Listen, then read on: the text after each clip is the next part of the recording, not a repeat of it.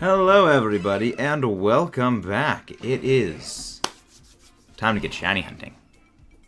We have our Tornadus shiny hunt going, and I mean, we've been on a bit of a roll as of late with our shiny hunts. So let's see if we can try and get another shiny tonight. Okay, I do need shiny crystal. Need shiny crystal. Rhydon. I feel like I actually go for the other thing, because like we could use the special damage bonus. I would indeed love a shiny crystal. I love that thing. But how's everybody doing? Welcome in, Karen Miguel. Welcome in, Kayla. It is time to shiny hunt. So yeah, we're gonna go for the Charger Bug. Part of me wanted to go for the Rhydon, but we don't actually need the Rhydon because it's good, but we don't really need it. No need to actually go... I can just helping hand the Seadra, because it should do more damage with Scald than I do with Thunderbolt, I think. At least it should anyways. Oh, good, Reflect, actually pretty good. Again, rare smart NPCs in these games. Sometimes they do little smart brain moves. Yeah, smarter to go for the Scald. No, got Mighty Water as well. Decent damage. No Accuracy Drop, okay. And that is why we do like Reflect, and that's why we do like those screens. They actually know you're going for a bad move this turn thing, but thank you very much, Keller. Going for a bad move on that one, that turn thing, but I mean we can still probably knock those lands down. Not really good special defense. So long as why is it going for sub? Why are you going for sub? Interesting.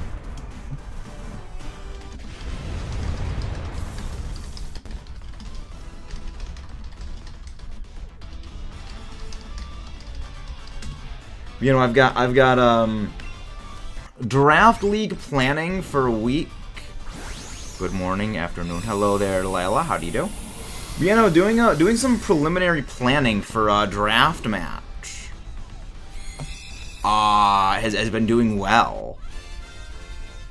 Because I kind of realized something for this week. The other guy has literally zero option for handling a ghost type.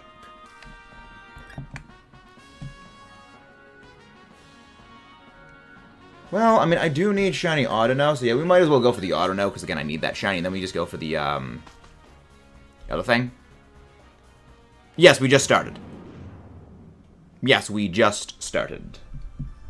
So this is kind of a good thing about the draft league prep. It's actually going a lot better than expected.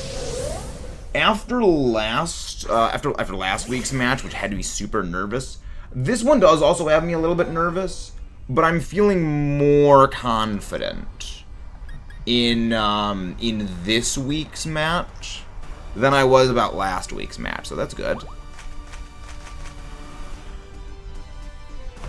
You know, it's gonna be good. And again, if you guys haven't done so already, don't forget to leave a like on the stream and subscribe if you haven't done so already. But no, yeah, we just started off. Stream literally just started. Body press, and that's why I go for up in the end. Do a little bit more damage. I wouldn't mind shiny Autono, because that's a shiny we're probably not going to get until we get the Unova remakes. So that's going to take a while to get. Go for body press. Just go for press. You could indeed call it a very pressing issue, the body press. You could indeed call it a very pressing issue. Scald, please, get the burn? I mean, if you get the burn with Scald, that would be ideal. No, you're not get the burn with Scald. Press.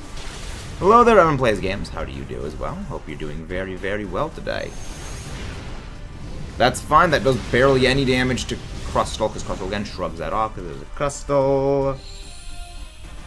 So I'm really fluent. You are never early nor late. You arrive precisely when you mean to. You arrive precisely. Well, they're not attacking this turn, so might as well just go for Thunderbolt. Yeah. I don't get why it is. Good question. I have not played Pokemon ROM hacks. Some point probably going to work on some of those, but I have not played them lately. And again, don't forget to subscribe if you guys haven't done so already, and to leave a like. I am low on Dynamite, can't get the And I can't get past Scientist Lady? What do you mean, Layla? What do you mean you can't get past the Scientist Lady? Because you get Dynite from doing raids. You don't need to use Dynite in order to get raids. Well, I mean, unless you're going for this bit one that Peony gives. But you also earn Dynite from doing regular Dynamax raid dens outside on the Crown Tundra. I got locked out. How do I get Dynite ore from non-Dynamax adventures?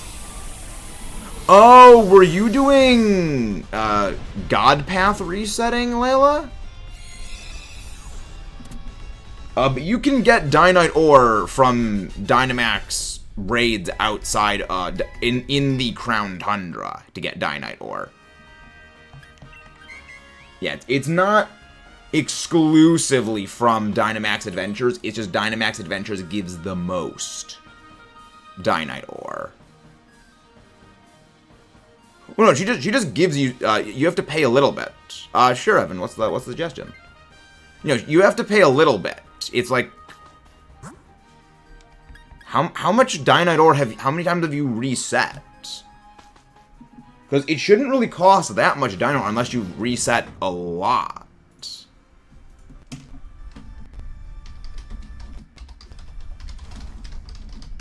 I have 0 Dynite ore. Okay, yeah.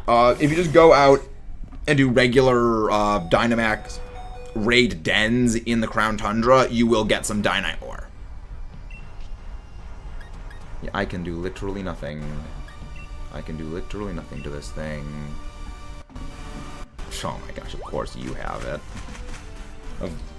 Of course you have of course he has Iron Valiant in another draft.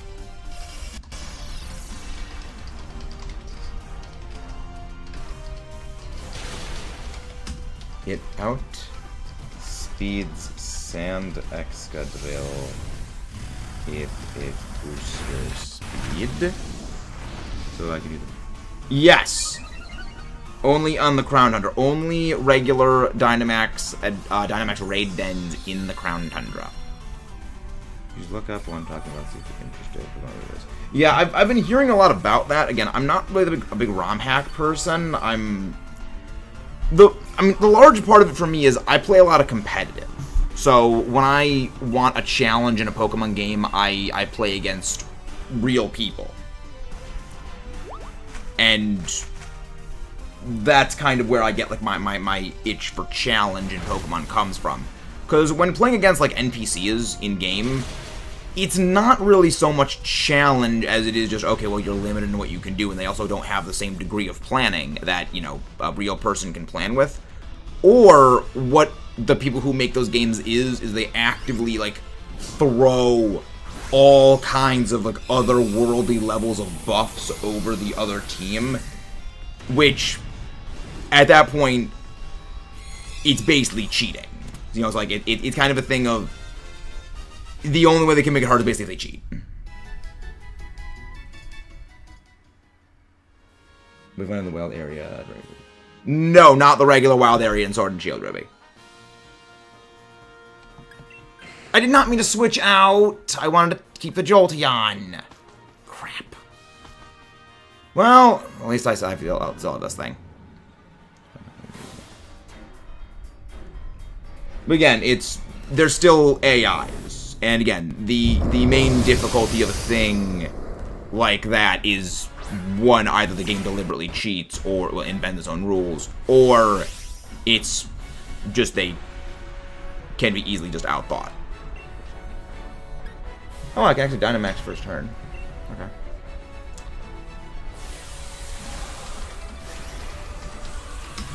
No idea, Bob Dole.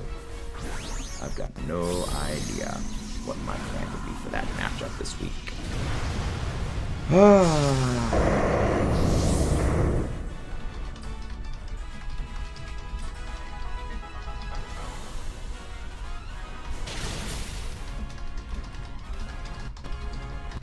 that was that.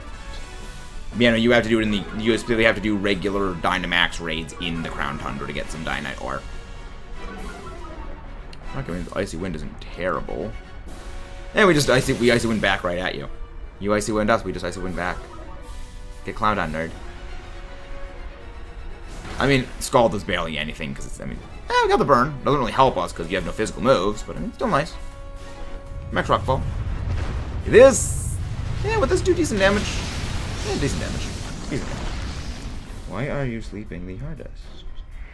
On the back cave, submarine, Subnautica, the Atlantic. Your own bed, your mom's house, any game. Hello there, SJR, how you doing? How you doing, well? How you doing? Hope you're doing good. And again, if you guys haven't done so already, please don't forget to leave a like on the stream. You guys are the ones that make all of this stuff possible. And helps get it into the hands of more absolutely amazing viewers like you. I'm doing pretty well. I'm doing pretty... Hey, thank you very much, whoever just subscribed. Thank you.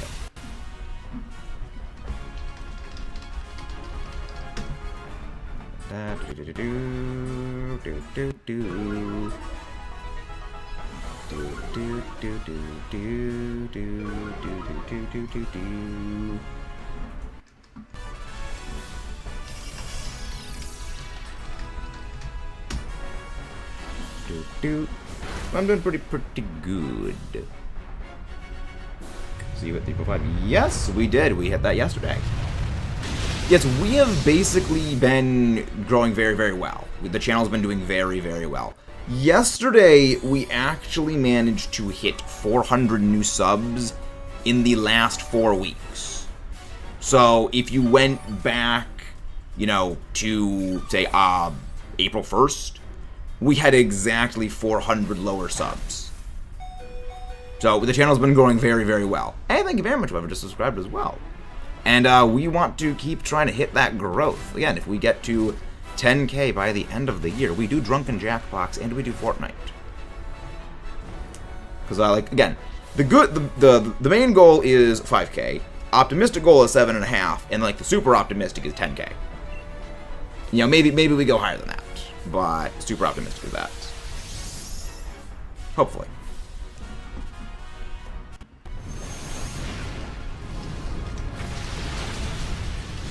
And, you know, that chunk's that okay now.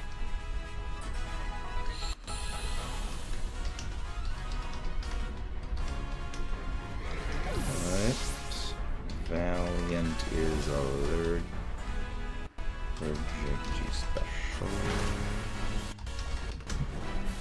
Started watching about 2.5, so okay, well done here. Yep.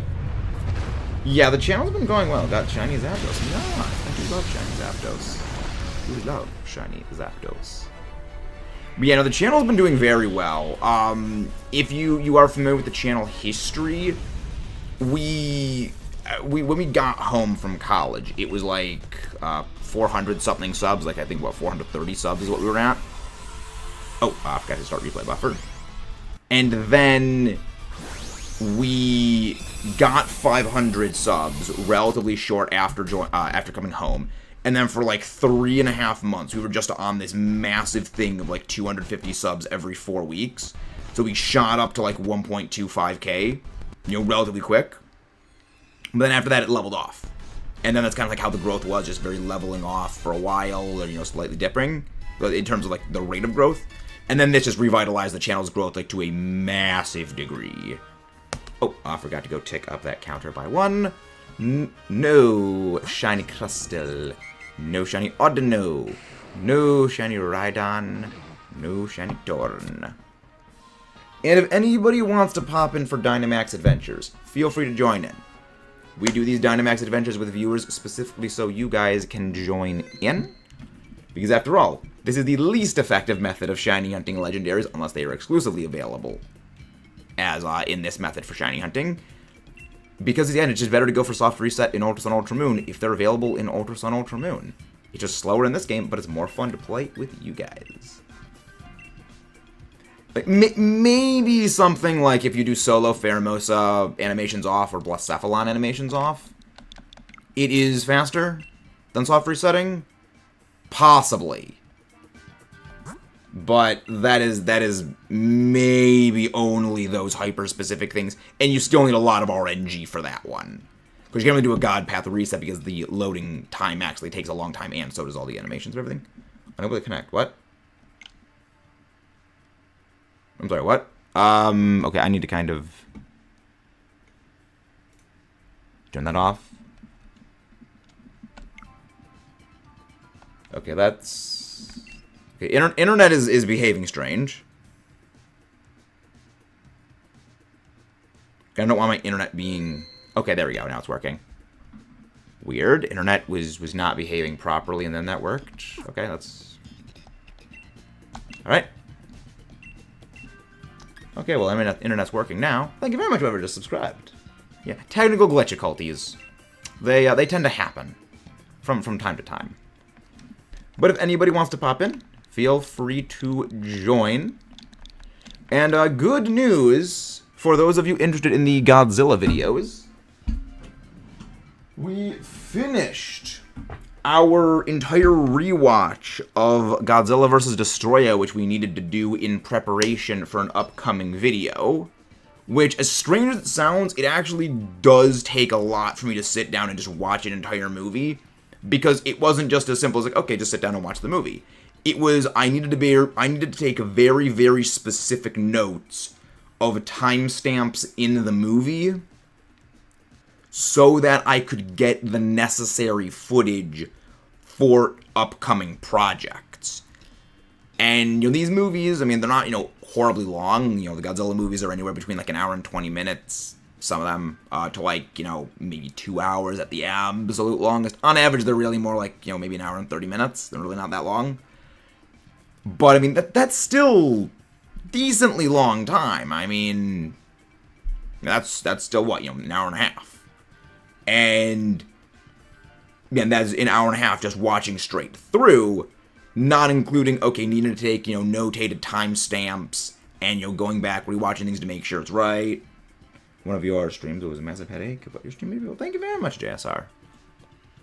And again, there's 40 Godzilla movies we're going to be watching, so that's going to be a lot. But again, it's going to be getting back into watching it. The only other, I guess the only other thing I could do is, like, watch them at slightly accelerated speed. Because even if I speed it up by what? Say 10%? That would shave off what? Maybe, like, 10 minutes from it? Which I'm still, that'd shave off a decent amount of time. Oh, yeah, no, there's a lot. Remember, Godzilla is a 70-year-old movie franchise. Godzilla has been going for 70 years. It is the longest running and largest media franchise in terms of, like, sheer existence.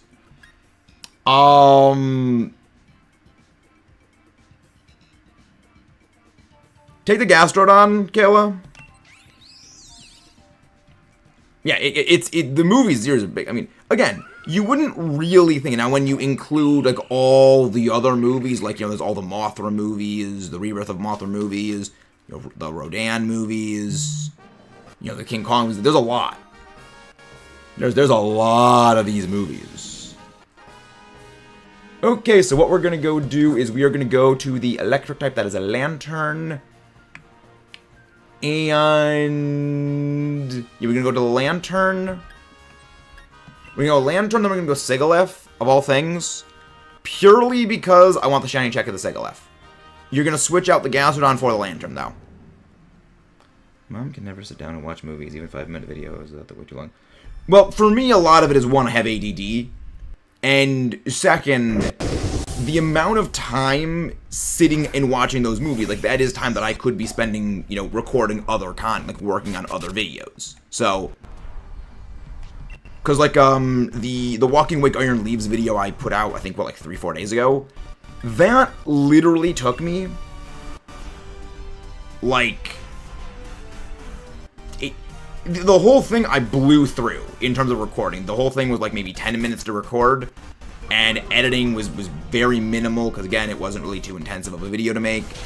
And, all it was just grab the clips, cut it in there, stick it in, export, upload, and just go to one of my old thumbnails and just, maybe modify it a little bit and then upload it.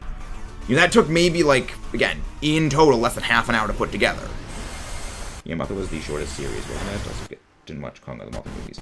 Well, I mean, there's only one Rodan movie, which was just Rodan. There was Mothra, then there was Rebirth of Mothra 1, 2, and 3. And, I mean, there's the Kong's got his whole sub-series. But, I mean, Rodan technically wasn't really a series so much as it was, like, a singular movie. But yes, I mean, there was that.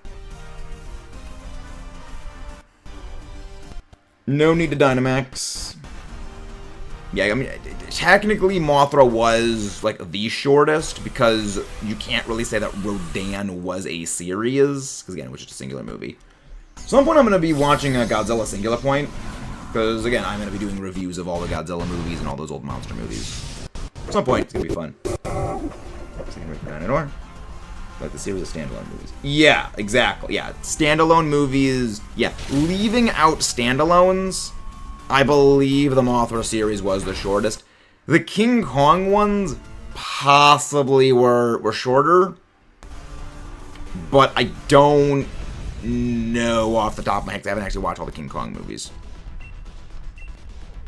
I do not need this. So yeah, we switch out the Gastrodon for the Lantern, and then we go for the Sigalith, because that is a shiny check we need.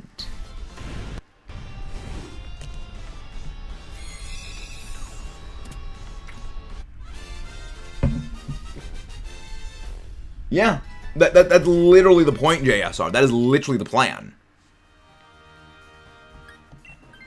Again, there's a lot of those movies. Those movies go hard. Freaking love them. You know, never underestimate the power of the kaiju movies. They're great. I love them. Like, they're great. I still I hope we get more Monsterverse movie spin-offs. Like, this is my ideal plan for, like, future Monsterverse movies. You have Toho working on one movie, and then you have Legendary Pictures working on another movie, but they're offset by a year and a half. So every, like, 18 months, a new Godzilla movie's coming out. But, you know, one's made by Toho, one's made by Legendary. And they basically just rotate doing that over and over and over and over and over and over and over again, so you can, you know, keep getting them out. Because, I mean, this is just me thinking. At the present rate of the movies coming out, would they have, what, one movie coming out every, what, 2, maybe 3 years? You know, it takes a bit to build up some of these monsters. Like, again, we saw with something like the MCU, it took them a good while to get things going. And granted, those movies were, one, a lot safer to make because people did like superheroes, but also, you know, a few other things. They had other characters to work on. But, you know, really think about that. They took them 10 years to get to Infinity War, and they had all that stuff done. Now, if they, say, it picked up the pace of making more monster movies, and maybe make a Rodan movie, maybe make a Mothra movie and stuff like that, well, they can bring in a lot more monsters, have a lot more stuff instead of a lot more giant enemies. What's Godzilla vs. Kong? Godzilla, Kong the Empire, they're both great. Generally recommend starting with Kong Skull Island, because I think that movie is great. Like, if you're new to the, like, this is a future video I'm working on, basically going over the best, like, Monsterverse watching order, best original Godzilla series watching order for things, is, I think it's best to start with Kong Skull Island for the Monsterverse, because, one, you've got a good story, good characters, good fight scenes, and for as much as I do like the Godzilla 2014, it does show a lot of the problems of its sort of concept existing in it. Go for the Palpitoad, not Palpitoad, we go for the Steel type. Because when Godzilla 2014 was being made, the last time Godzilla released was 10 years ago. And the last time that America made a Godzilla movie was 16 years ago, and that movie sucked. So they didn't want to sink a huge budget into something that might entirely fail, and that does come out in the movie, where there are definitely a number of problems in it.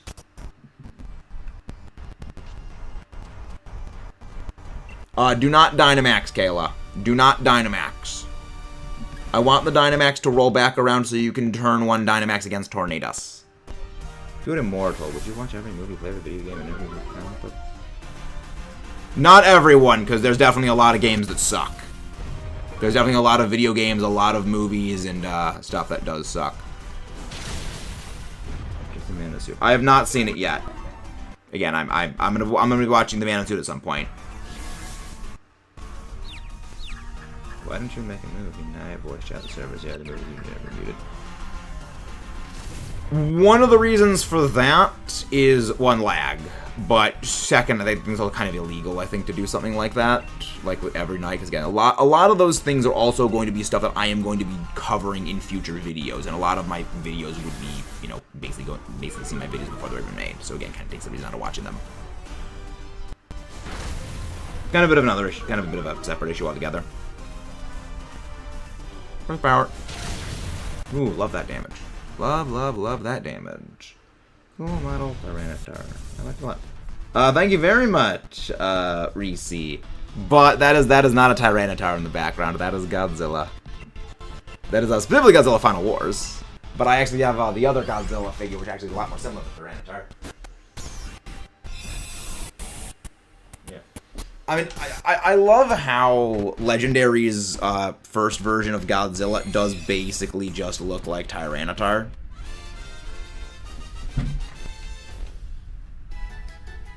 Freaking love it. And again, if you guys haven't done so already, please don't forget to subscribe for more. We do not take this. You know, and actually, it's a pretty good thing the NPC took that, because now, when you Dynamax and use electric moves, it actually gets electric moves. Most definitely take it down. Right. We got this one. Thank you. Thank you. Pretty sure I know what it is. I'm pretty sure I know what it is. Get the electric right there. Mm-hmm. Indeed, indeed. Very based. Very, very based. We do love it. Yeah, I'm actually using Tyranitar on a Draft League team, Reese. Draft League Tyranitar Excadrill combo with Rillaboom. We got the whole Monsterverse crew right there. It's gonna be glorious. And do not forget to subscribe for shiny luck. Wow, you used literally the worst move possible on the worst Pokemon to target with that move. Thank you. Kayla, just go for attacks. Just go for attacks, don't go for status moves. I want to cry. Ooh, shiny hunting Heart Gold. I wish you the best of luck. We are actually shiny hunting Lugia in Soul Silver ourselves, so I feel you on that. We have the Master Ball at the ready in the event we need it. But yeah, I feel you on that. Like that is pain. Yikes! Stunfisk is dead. That's fine. It's fine. It's fine. Everything's fine. Hopefully.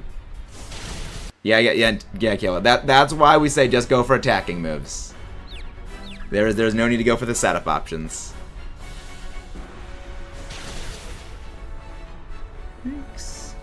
Hello there, Applin. How are you doing? Welcome back. Hope you've been doing well. Hope you've been doing well. Welcome back, Desert. Welcome back.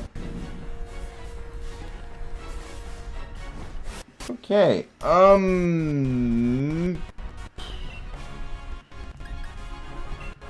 Drinkus. Hopefully we don't get game ended here. Well, I still have to speed this thing? Really? Did not think I outsped it. Even still.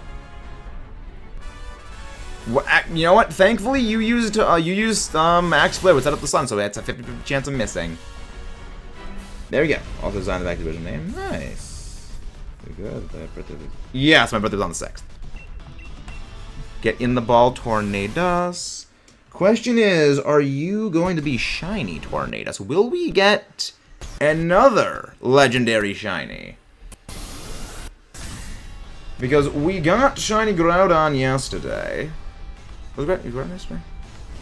Was Giratina or Groudon yesterday? No, yeah, yesterday was Groudon. So we got Groudon yesterday. Question is... Oh, really? A happy belated birthday, Applin. Will we get more shinies? No shiny Lantern. No shiny Sigalith. No shiny Stunfisk. And no shiny Tornadus. Would ideally love a shiny Tornadus. I mean, well...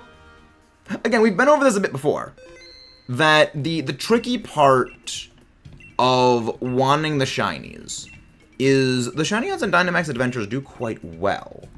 So, wanting those done now would mean, well, lesser shiny hunting potential in the future. And again, if anybody would like to join the Dynamax adventures, feel free to pop in.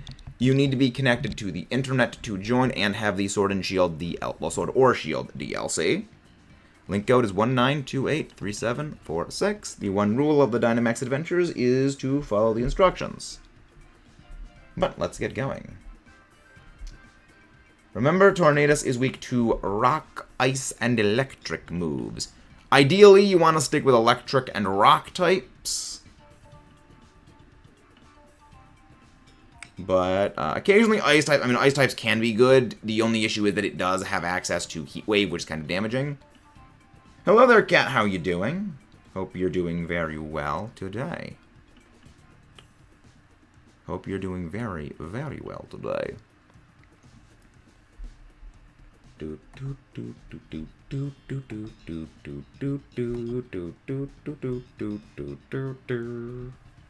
going well. Everything's going well. Glad you're doing well. Glad you're doing well.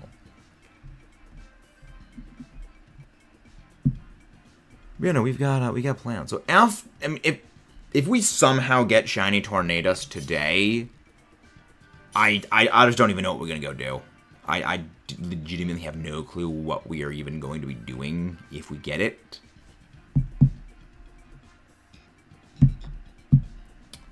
Back again, just watching some old vids. You know, your oldest. Watching some old vids, maybe. Oh, thank you very much. Thank you much, JSR. But yeah, JSR, generally it is best to watch those when we are not live. Not watching the live stuff is a bit more damaging, but yes. Thank you very much for that. But yeah, generally I recommend if you want to watch some of the stuff, watch the older stuff, because that actually does help the channel a lot more. Yeah, the weird thing about YouTube is this. If you... Watching the newest stuff helps. Like, watching the newest stuff help the newest stuff reach more people. But after the newest stuff has been watched the first time, watching the older stuff helps the channel reach more people overall. It's very weird the way it works. Running Poke Rogue the last 2 days. Nice. I've noticed a lot of people have been doing Poke Rogue. I've seen a lot of people streaming it. Let's get going. Go. I'm gonna take that Morpeko. Take the Jinx. It's not great, but it is a very strong ice move user. So that actually is pretty helpful. Yeah, Thunder Punch on the Munchlax. Not bad, not bad, not bad. Alright, let's look at our options. Is that a Sudowoodo? That's not a Sudowoodo, is it? Is that a Heliolisk? Okay, I left it as Heliolisk. Okay. So what we're gonna go do is we are gonna go... We go Liepard, the Liepard, Obstagoon, and then Heliolisk. So we go Dark, Dark, Electric. Go Dark, Dark, Electric.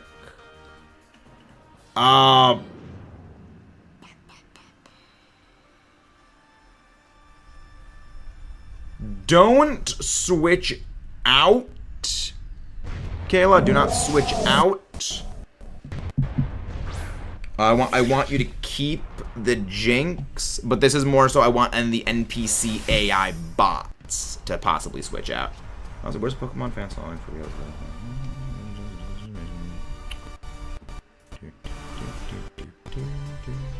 still have stream open, but also chatting in Discord, so I can't focus. It's alright. Thanks. Thank you very much, Temper. I'm going to Dynamax and go for this. But yeah, no, it's a good thing that we've got some good options for this. Hopefully, so long as Tornadus doesn't use Heat Wave, we should be fine. And if you guys haven't done so already, please don't forget to subscribe for more. You guys are the ones that keep everything here going. There may be a new Pokemon ROM hack fan game every week. Yeah, there does seem to be a new one every single day, every single week. But one of the reasons for that is very likely when a fan game gets taken down, people have like a backup that's, you know, slightly different. So that way, well, you gotta do the whole process of taking down a takedown request again and finding it out. Because, like, when you make one ROM hack or one fan game, it's not that hard to make another one. Because, again, the basic principle is the same thing. You know, the same fairly basic principles that go into making one. So, again, it's not impossible. Alright, that helps. Physical move drop. I really hope it does not target that Goaler, because that focus wants to be fun. Please target me. Wow, it really wants to target everything annoyingly. Dang, Focus Punch would have done so much damage. I do not play Pokemon Go anymore. However, I am bringing my shinies off of Pokemon Go into the main games, and then doing shiny giveaways with those shinies. Yeah, unfortunately we lost the Focus Punch. Thankfully we can actually beat this thing so you can Dynamax turn 1 against the Obstagoon, so that's at least good. Because we can Dynamax turn 1 against the Obstagoon. Wow, then again, you know, you are pretty fast, Lipard, and I also didn't get a speed boost, so that math checks out. That math checks out. And again, don't forget to subscribe if you guys haven't done so already. In Go, I was almost level 50. Yeah, I played Pokemon Go fairly aggressively when I played. Built up a lot of experience. Got to, what, like, Master Rank in Go Battle League, I think, once, and I got that rank one done. Hey, Andreas, how you doing? One of the mods go grab Andreas's link. How you doing, buddy? How are you doing, Mr. Andreas? Hope you're doing good. How goes the channel with things, Andreas? What are you up to now? What are you up to, like 12k something? 13k? You're the only reliable. No, you can get Shiny Mew in the older games. Now, you can get Shiny Mew, but you need the e-reader cards for that. Continuing the Arceus hunt. Sounds good, sounds good. Why are you confused, Anak? Why are you confused? Ah, 10k. Ah, 10k. Hello there, Future Cookie, welcome in. Doing ×2 Arceus. Ah, I wish you the best of luck on that hunt. You know, I played Pokemon Go fairly aggressively when I played it. You can Dynamax here, Caleb. I really hope this thing lands a Focus Punch. Beat both BDSP and Legends Abacus ×2. Fun. I wish you the best of luck on that shiny hunt. Please target me, please target me, please target me. Why does everything keep targeting the Golurk? Everything literally keeps targeting that Golurk when it's using Focus Punch. I just want to get one Focus Punch on something because it would do so much damage to this Obstagoon. 200 check. I mean, hopefully you'll get it soon. Finally, enough Dyna Ore. Shiny Dragon Bolt. That's not good. Shiny Tails are not good. Eat Thunderbolt. Eat this Thunderbolt. There's one Dragon Bolt. With my luck. With my crazy luck, probably. Yeah, I mean, I know Athena got hers pretty quickly. I know Athena got hers pretty good. Wow. This Obstagoon is just absolutely crazy. Crit, that actually crit mattered. So Myth is going on at the same time. But what do you mean Myth is going on? And I'm not sure what you mean. I'm not sure what you mean, Cat. Hello, Dominic Thomas. How you doing? Hope you're doing well. Hope you're doing very well. If we can get that focus punch, we'll just demo this thing. We can freaking demo this entire thing. Yeah, I'm not really sure what you're trying to say. Wow. I'll be all right, nice. Thank you very much. We'd be happy to have you pop in. Wow, we got. Well, I mean, we lost. That was fast. All right, no shiny Liepard. And this is why you guys join in for the DAs, so we can more effectively beat them. Oh, a lot is going on, yeah. Recommend may not be the best, like, you'll do too many things at the same time. Might be best to, like, ease back on things. Again, don't forget to subscribe for more if you guys haven't done so already. The NPCs are very dumb. Again, I believe the NPCs are designed to throw.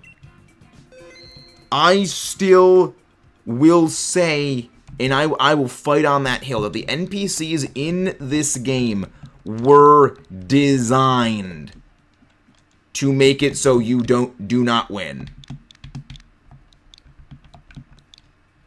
Yeah, 1928746. Yeah, I think they were designed to be dumb. Remember, the one rule of Dynamax Adventures is listen to the instructions. The one rule is listen to the instructions.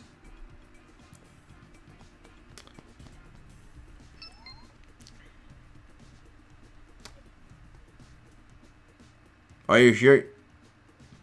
Are you sure you're connected to the internet? I will indeed let you know.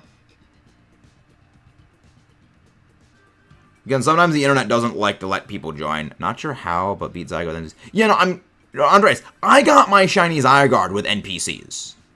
Like, sometimes it works. Like, sometimes it does work, sometimes it doesn't. But again, I got my shiny Zygarde with NPCs. So again, sometimes they do good. It's just very rare.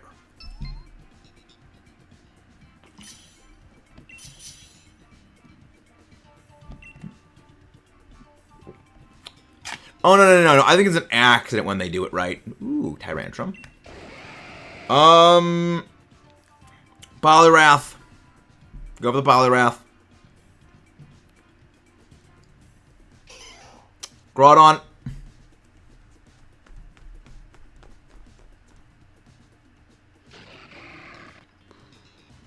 Least bad is Magmar. The least bad is Magmar. Alright, so Dom, do not use Lash Out until we get to Tornadus. Do not use Lash Out until we get to Tornadus. Alright, we are going to go... Alright, we're going to go to the right path. We're going to go Scyther, which is the first... which is the flying type. Then we go for the bug type, that's Vikavolt. And then we are going to end on the water type that is Relicanth. I put them NPCs in winning most of the time. Araquanid is not good against Tornadus. Araquanid is weak to flying.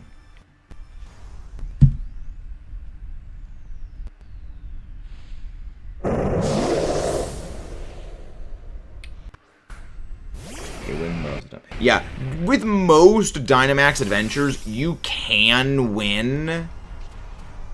With most DAs, you can win without playing online.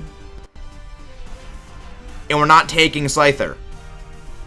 We are not taking the Scyther, we're taking the Vikavolt. Nobody picks up the Scyther.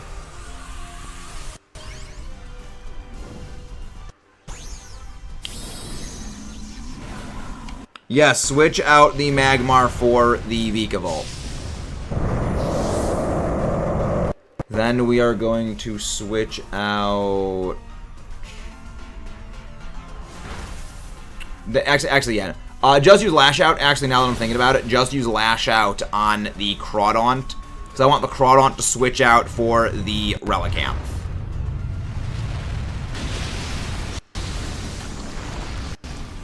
Freaking love Tyrantrum. Yes, we switch out the... Yes, your Crawdaunt can just spam Lash Out. Yeah, so what we're going to do is we're going to switch out Crawdaunt for Relicanth and switch out Magmar for Vikavolt. Because Vikavolt, because it is electric, it is not weak to flying. And we have coaching, which is actually going to make all of us stronger. Again, the one reason we have the instructions of Dynamax Avengers is because bot competitive, understand the typings. Nobody takes this. Nobody takes this. Thankfully. Go for the Vikavolt, which is the bug type. Kayla, just go for coaching. Just spam coaching. The entire run along this Dynamax adventure, just spam coaching. Sounds good. Again, Layla, you are going to get the Vikavolt. You just need to catch it. No one else is taking the Vikavolt. So you do get the Vikavolt. Okay, good. I should have Rock Blast. Yeah, I have enough. I should have enough Rock Blast power points. If we somehow run out of Rock Blasts before we get to Tornadus, that's going to be a problem. But we'll figure it out. We'll figure it out. We'll be fine. Does not matter which fire move Magmar uses. Oh, I want it to be shiny. Oh, okay. But yeah, recommend typing after moves are selected, just to speed the whole Dynamax adventure up. Because again, these things do take like 20 minutes. Of course it misses. Of course I missed. And that's the reason why Rock Blast worries me when it comes to competitive. Because again, 5% chance of miss. It's not 100% accurate, it's 50% accurate.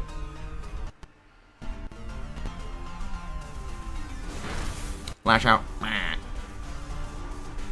Aw, oh, dang, would have been great. Actually, wait, no, it would have been great. I was gonna say, it would have been great if it moved after that, because then Lash Out's power would have been double. But then I remembered, oh, right. That kills, because it's super effective. It's fine. We should be fine. Again, first life lost. It's not too bad. It's not too bad. Not too bad. I'm just gonna go Scale Shot. I have no reason to not just use Scale Shot. I'm not gonna waste all of my Rock Blast power points. But if we get another Fire Blast hit, that would be great. Accuracy increase? Strongest physical moves. Okay. Wait, do we even see what move Magmar used? Because it just said it avoided the attack. What? Okay, I'm confused. That's interesting. Yeah, I mean, I had a feeling it was Fire Blast, but I didn't see, like, the Magmar use Fire Blast text pop up. Interesting. But again, if you guys haven't done so already, please don't forget to subscribe for more. Yeah, Spark. That's why we need the coaching for the Vikavolt, because Spark doesn't really do a whole lot of damage. But when boosted by coaching, it will do significant amounts of damage. There is no need to Dynamax. There is no need to Dynamax. It popped up. Oh, dead? No, just use Fire Blast. It's fine. Oh my gosh, Tyrantrum, you can't hit the broadside of a barn. You can't hit the broadside of a barn, Tyrantrum. Your accuracy does not exist. I miss 2 5% misses. Actually, we go. That's fine. I would not mind another shiny Vikavolt, but again, if we do, that just goes into the giveaway bin. That goes into our shiny giveaway. Because we do have a number of shinies that go into the giveaway bin.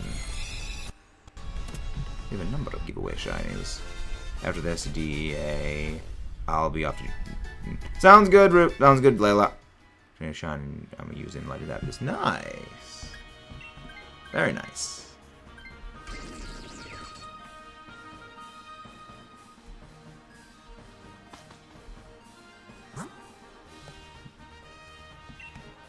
Going for the water type on the right.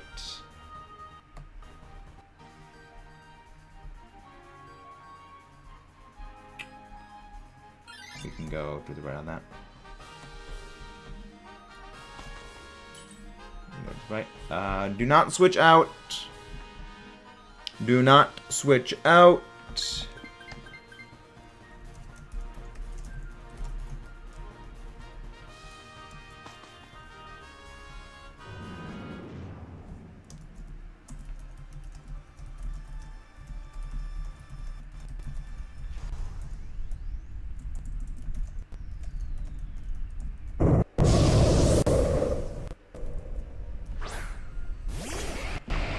Yes, you switch out for this, Dom.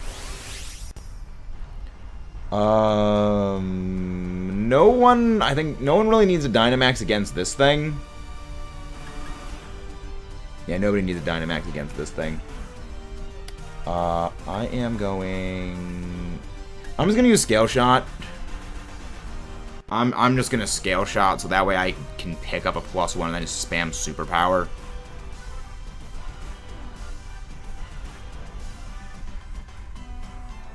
I'm gonna just freaking spam Superpower after this. But thankfully, we should be able to easily beat the Relicanth. Kinda hope Relicanth itself goes for Scale Shot so it cuts its own defense. This is indeed Ace Zone. This is indeed Pokemon. And of course, I hit it. I missed 2 of my 4 usages of these moves. When again, it's 50% accurate or it's 100% accurate. It doesn't exist. Pokemon. My favorite Gen 1 Pokemon is Zapdos.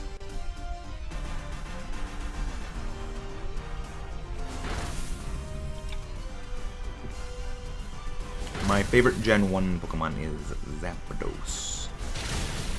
Just go for Spark on the Vikavolt. Just go for Spark. Gen 2's Tyranitar. But in the future, we've got a bunch of videos that are actually going to be going over those exact things. Those are those exact favorites. It's okay. It's okay.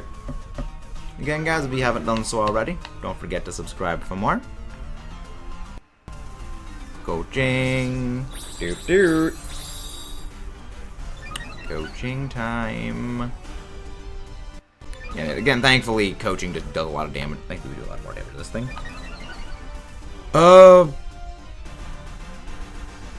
Yeah, I hope that Relicanth goes... Oh, wow, it's... Ooh, I'm glad it missed Head Smash.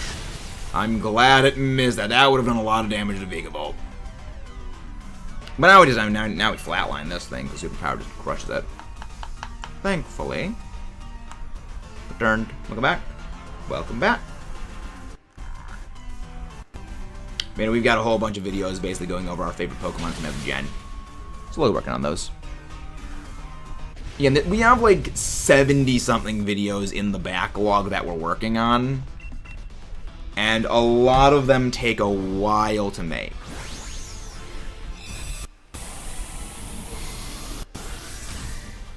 But we have a lot of plans. We have a significant number of plans.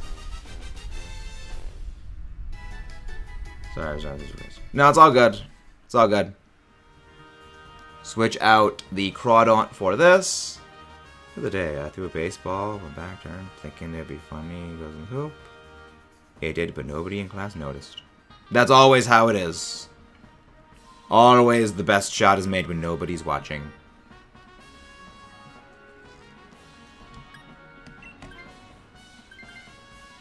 Very good. Okay, now we should be fine. Okay, we should be pretty okay for facing this thing. We should be fine. We should be okay. I mean, if we get... Well, I mean, I don't need the shiny Vikavolt because I already have a shiny Vikavolt registered. I mean, shiny Scyther, again, could go in the giveaway bin. Same with the Vikavolt. Yep, just spam Head Smash. Yep, just spam your super effective moves. Yeah, in Dynamax Adventures, unless otherwise stated, just click attack. You know, unless you have a Pokemon that's got a move like Coaching or Decorate, or like Fake Tears or Acid Spray, just go for attack. Yeah, unfortunately there is that chance of missing. But I mean, it's not too bad. Again, if it hits, again, we're going to do a lot of damage anyway because we're going to get Coaching boosts. So we should be fine. Yeah, it probably is best to have the Dynamax be the Vikavolt just so we don't have the sand damage animation taking forever.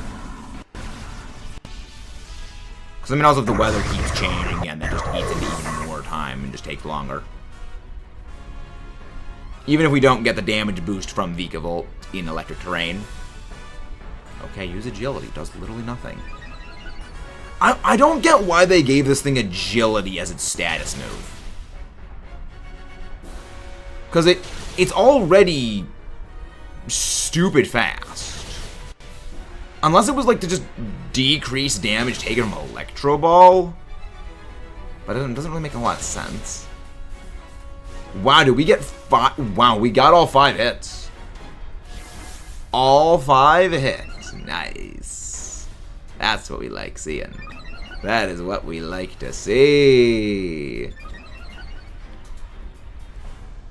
Max Lightning does not change weather, correct. Wow, and we got the Head Smash off. Nice. One turn. OTK. One turn knockout. And that is why the one rule of Dynamax Adventures is follow the plan. It's how we can one-turn things like this. Hello there, Tornado Face. Welcome to Oblivion. Again, don't forget to subscribe for shiny luck, ladies and gentlemen. Don't forget to subscribe for more. And leave a like on the stream. Yeah. A lot of stuff in Dynamax Adventures is hard to knock out in one turn. But there are some times you can. Head Smash, I think, would fit more than accurate for 2 turns. Well, Head Smash is not a 2-turn move. Head Smash is a 1-turn move. You're thinking of Skull Bash. But I do agree, all moves that are a 2-turn move should be perfectly accurate. Like, the fact that they can miss is dumb. No shiny, no shiny, no shiny Rockfish, no shiny Tornado Face. Like, the fact that Meteor Beam can miss, I think, is dumb. It should always hit. Yes, keep it Tornadus pathing. Alright. Again, if anybody wants to join in the Dynamax Adventures, feel free to pop in. Let's get going once again. 1, 9, 2, 8, 3, 7, 4, 6. Code is open if you would want to join in. Yeah, there's a lot of legendaries or Dynamax Adventures raid boss Pokemon that you actually can one turn. But they're the very frail ones like Cart.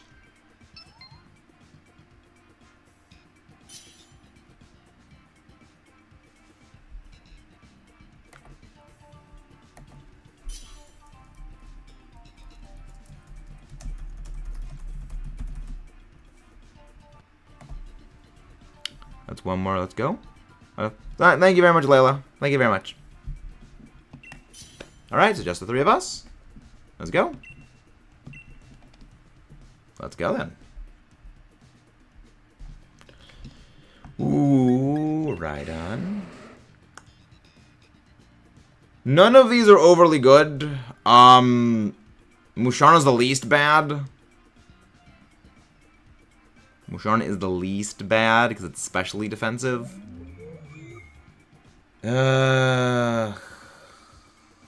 I guess Talonflame? I guess Talonflame.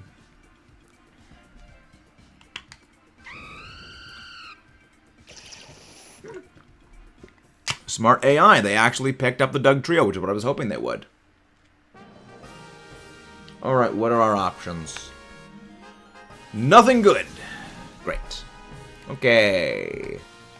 So, with nothing good...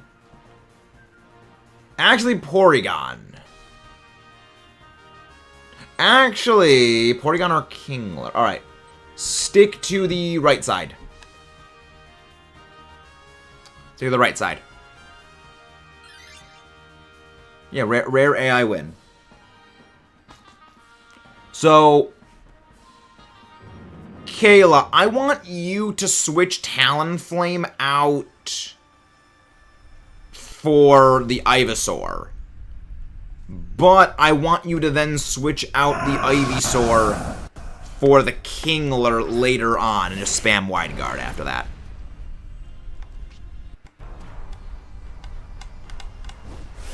And just click Wide Guard after that. Yeah, just go Drill Run. Drill Run. Because a lot of the dangerous moves that it's got, I want you to keep the Musharna. The Musharna's okay enough. It's not great, but it's not bad. Kind of smart to actually use a sub. But it's usable enough. Please don't target me. Please don't target me. Okay, good. I targeted Musharna. That's perfectly good. We can actually survive that. But yeah, no, I mean, again, not a great lineup of things, but it's okay enough. We can work with this. Throw run. Expanding Horn. Ooh, lovely damage. Love, love, love that damage. But yeah, we get a little bit of healing back from the grassy terrain. Yeah, Musharna should be able to chunk most hits from Tornadus. So not too bad. The good thing is the Wide Guard in play. The only thing that Tornadus can do is if it uses Hurricane on any of us, or it uses a maximum. Hey, Kason, how you doing? One of the mods, go grab Kason's link, please. How you doing, buddy? Yeah, super effective. Yes. Very good. Yeah, thank you for a little bit of draft help prepping. I am considering those ideas. Because the more I think about it, the more it's like, yeah, no, those ideas actually work a lot better than my original plan. Power. Well, again, and sometimes the NPC wins. Sometimes the NPC is smart. How fitting I have to possibly fight a Talonflame later this week. Would not mind a shiny Ivysaur. I would not mind a shiny of this thing. But yeah, Kason, I didn't mention this earlier. But, like, the day you came into the stream, and I thank you very much whoever just subscribed. When you came into the stream, and, like, there was a whole bunch of people that also came in and just subbed as well, we actually hit 400 subs in a single 4-week period because of that. So thank you very much for that. As well as thank you very much to whoever just subscribed. And if anybody wants to pop into some Dynamax adventures, feel free to join in. Go for the Munchlax. At least it has Thunder Punch. Actually, switch out Musharna for Munchlax. Switch out Musharna for Munchlax, because Munchlax got Thunder Punch. That would also mean the NPC will probably keep the Dugtrio. One time, I ran a Bulbasaur family team on Showdown, and somehow Ivysaur was the MVP, not Mega Venusaur. Interesting. Was it like a Violite stall toxic Ivysaur? Because I feel like that could make sense to some degree. Fascinating. Could it be? Yeah, I mean, the other reason why is that this has Thunder Punch. Well, it has Thunder Punch, it also has Thick Fat. And it has a massive special defense, so... It works, it's more damage than Musharna is capable of dealing. As well as it takes less damage than Musharna should. So it's kind of a win-win. Your thing. If I ever say too much, just... no, it's all good, Kason. I appreciate the thoughts and like the ideas. I very much love that. I am similarly a motor mouth, so I understand. Ooh, got that poison first turn. Nice. Don't run. Musharna, just use, if you have Psyshock, just use Psyshock. That's not good. Just use Psyshock on the Musharna, because Munchlax has a lot more special defense than physical, and Psyshock hits that lower physical defense. Yeah. A little bit of poison. The good thing is the poison damage will slowly chip it down, which is helpful, because this thing is just annoyingly bulky. Can we get a physical attack up or a special attack up? Stat boost? Ah, special defense doesn't. Not overly helpful, but I mean, it's a stat boost of some sort. High horsepower. That move always makes me nervous whenever I have to use it competitively, because again, 5% chance of missing. If it's not perfectly accurate, it's 50% accurate. Perfect timing.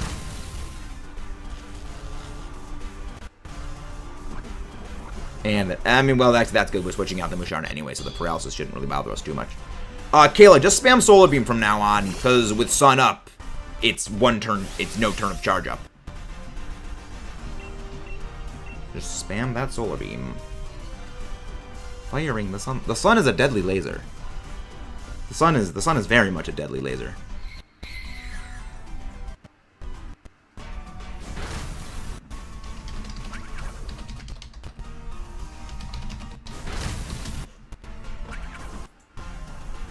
The Sun is a deadly laser beam. Bonk. And there's a Psyshock. Nice. You switch out the Musharna here. I hope the NPC does not switch out the Doug Trio, but I hope if they do switch out the Doug Trio, they pick up an electric type, or an ice type, or a rock type. Like, one of the best things you can use against Tornadus is actually Colossal or, like, Dreadnought. They're the two of the best things, because there is nothing Tornadus can do to either of them. Nope, you're not switching out. You're not switching out. You better not switch out, NPC. You better not switch out. You have one job, and it is to not switch out. You freaking... You know what? I don't hate that. I don't hate Palisand. I don't remember if it was a Violite, but it was definitely max defense and max special defense, and Dynamax made it decently hard with aggressive terrain, provide boosted overgrowth. Ooh, fun. Yeah, I feel overall it's better to go with HP in that situation, but nice. Hello there, Kaylee and Mary. Welcome in. Run Ghost is okay. Yeah, it's not great, but it's not terrible. It's bulkier than Doug Trio, which is okay enough, and I feel like overall that might be better. Because, I mean, also it hits Crab Face harder, which is helpful. Draw run. Doriel run. Yeah, just go for Grass Pledge. Just click Grass Pledge. That's fine. That doesn't really do a whole lot of damage to me. Yeah, no need to go for Solar Beam Kill. Just go Grass Pledge. It does the most damage. Well, it does more damage overall. Yep. If only this game was like Let's Go Pikachu, Let's Go Eevee, where Solar Beam is a 200 base power move, not 120. Have you played Zelda, or are you playing it? I have played Zelda. We've done a blind Let's Play of both Ocarina of Time, blind Let's Play of A Link to the Past. And on the menu for future Let's Plays is Skyward Sword. We have done a full 100% run stream series of Breath of the Wild. Sort of on hiatus is our Tears of the Kingdom 100% run. I mean, no, we've done a lot of Zelda. Yeah. Solar Beam. Firing lasers. Gosh, this thing's annoying. Yeah, a lot of damage. But at least we took it down. So yeah, Kayla, switch out Ivysaur for this, and then just spam Wide Guard. I would need a shiny of you. Hello, Alexander. How do you do today? Hope you've been doing delightful. Hope you have been doing well. You've been doing well. I want this shiny. Nice. But yeah, I mean, I'm always looking for more Zelda games to possibly play in the future. Majora's Mask is on the menu in the future at some point. I don't know when Majora's Mask is going to be played. One of the reasons for that is I'm a little nervous about actually playing Majora's Mask for a lot of the same reason I was nervous about playing Super Metroid Blind for the channel, and that is I know this game is very, very well loved. And my kind of worry is I may not love the game as much as it is loved online, and there could be some flack given for that. So that's kind of a bit of a worry I have. Most G-Maxes make sense, but then there's... Well, the funny thing is, most G-Maxes are worse than the regular Dynamax. Like, that is my favorite thing. Most G-Maxes are bad. Like, on the whole, they're very bad. Comparatively. Wide Guard. Glad you're doing well. Like, G-Max Charizard and, G-Max Charizard, Colossal, Ivysaur, Venusaur were some of the very rare ones that actually were good. But again, G-Max Charizard was... Charizard with a Dynamax was going to have been good anyway. The G-Max didn't really shift that needle here nor there. But I'm doing very well. I don't need to Dynamax. I do not need to Dynamax. Wide Guard. Wide Guard. The main reason I'm not using G-Max Rockfall is entirely down to it would just take more time with all the sand damage every other turn and for really no appreciable gain. Let a bunch. Remember, max moves take for freaking ever to go with the animations. Not Zygarde. Tornadus is one of those Pokemon that, like Zygarde, is basically completely shut down by Wide Guard. To the point where you don't really need the Dynamax. It speeds up a little bit, but it doesn't really matter too much. Now, Zygarde, I would say, is something where Dynamaxing is helpful against it, even if you don't need it. Just because of, because the power cons are to do more damage overall to speed up the fight, because the fight is freaking forever. It's so fun. It can't do anything, because, again, basically every single one of this thing's moves are spread moves. Its only move that it can hit with a single target move is freaking Hurricane, that misses 99% of the time. Or it goes for a max move, and that's bad for it. Just can't do anything. It did 0 damage to us this entire fight. It literally could not touch us. And again, don't forget to subscribe for more if you guys haven't done so already. Wide Guard. Can't touch us, Tornado Face. You literally can't touch us. Sure, stat purge us. It doesn't matter. Okay, well now it did damage. But I just resist that. I entirely resist this. That's fun. It's fun when it's fun when a Dynamax Adventure boss just absolutely cannot touch you. And that is 34 Tornadus shiny checks. Very good. So we are over a third of the way to odds. But again, with 3 shiny legendaries in the past over 10 days, I don't think we're getting this shiny today. It'd be great if we do, but I don't think we're getting it.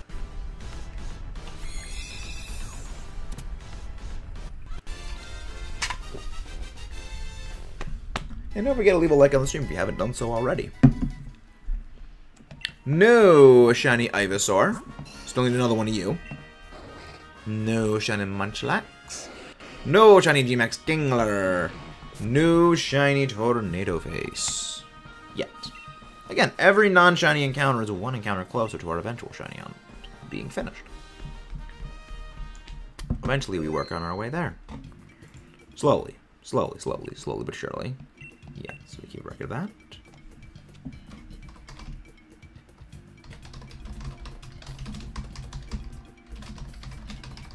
Yeah, let's see, Eevee, he has no ghost resist. So yeah, so this is kind of one of okay, thank you very much, Dominic. Thank you very much for that. This is kind of one of the fun things about my next week draft match. The guy's got no ghost immunity, or the guy's got no ghost resistance. He has only a single ghost immunity. And that one ghost immunity is an Eevee. So it's like, okay, bring Eevee against me, it's a 5v6.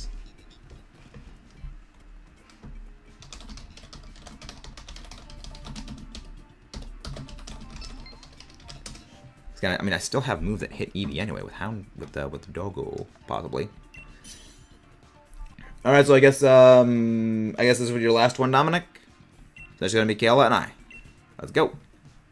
Hello there, Commander Fox. Welcome in. I have never played Star Fox, but heard good things. Ooh. Go for the Marowak, Kayla. Thank you very much, whoever just subscribed. Hello there. Z, I have no idea how to pronounce that name, but welcome, and I'm doing very, very well. Ooh. Rare NPC win. They actually picked up the Magneton. Very good. Alright, let's look at our options. Let's look at our options we got. I don't think we got any electric types, but we may have something that's a special attacker. Oh, we got Porygon. Oh, no, we got Toxtricity. Okay, so, Kayla, go for the Toxtricity. So we're going to go... This is going to sound really dumb, Kayla, but I want you to switch out... I want you to switch out... Marowak for the Tauros, and then switch out the Tauros when you pick it up for the Toxtricity. Well, the reason why we went for the normal type is because of the Toxtricity. I'm going to Dynamax here, and... Yes, Max Flare. Just click Flare Blitz, because, again, you have Rock Head, so you take no recoil damage, and with Sun applied, you do even more bonus damage. What for Ghost? Anytime someone says go for Ghost, I just think of I'm Going Ghost from Danny Phantom. And I freaking love that series. Sort of sad it never got a continuation, but, like, they're continuing Avatar The Last Airbender with, like, the characters in, like, their 20s now, which, I mean, I'm okay with that, because I'd rather that. I'm very surprised that you survived that, Garbodor. I'm very surprised. Ooh, good. I actually outsped the Marowak. Good. Good. Oh, it actually lands the Gunk Shot. And it actually lands the Gunk Shot. You know, Kayla, just click Flare Blitz. It does the most damage. It does well over double damage of what Iron Head does. And now with the Sun applied, it does, I think, almost 4 times damage than what Iron Head would do. What Pokemon are on your team? Do you mean for this specific Dynamax adventure, or things I'm using in, like, Draft League or competitive, Commander Fox? Because I am in a Pokemon Draft League, and I am doing some competitive Pokemon things at the moment. But for right now, we have Skuntank, Magneton, Garbodor, Alolan Marowak, and Magneton. I don't know if I mentioned that Magneton. But we're going to be switching out the Marowak for the Tauros, and then switching out the Tauros for the Toxtricity.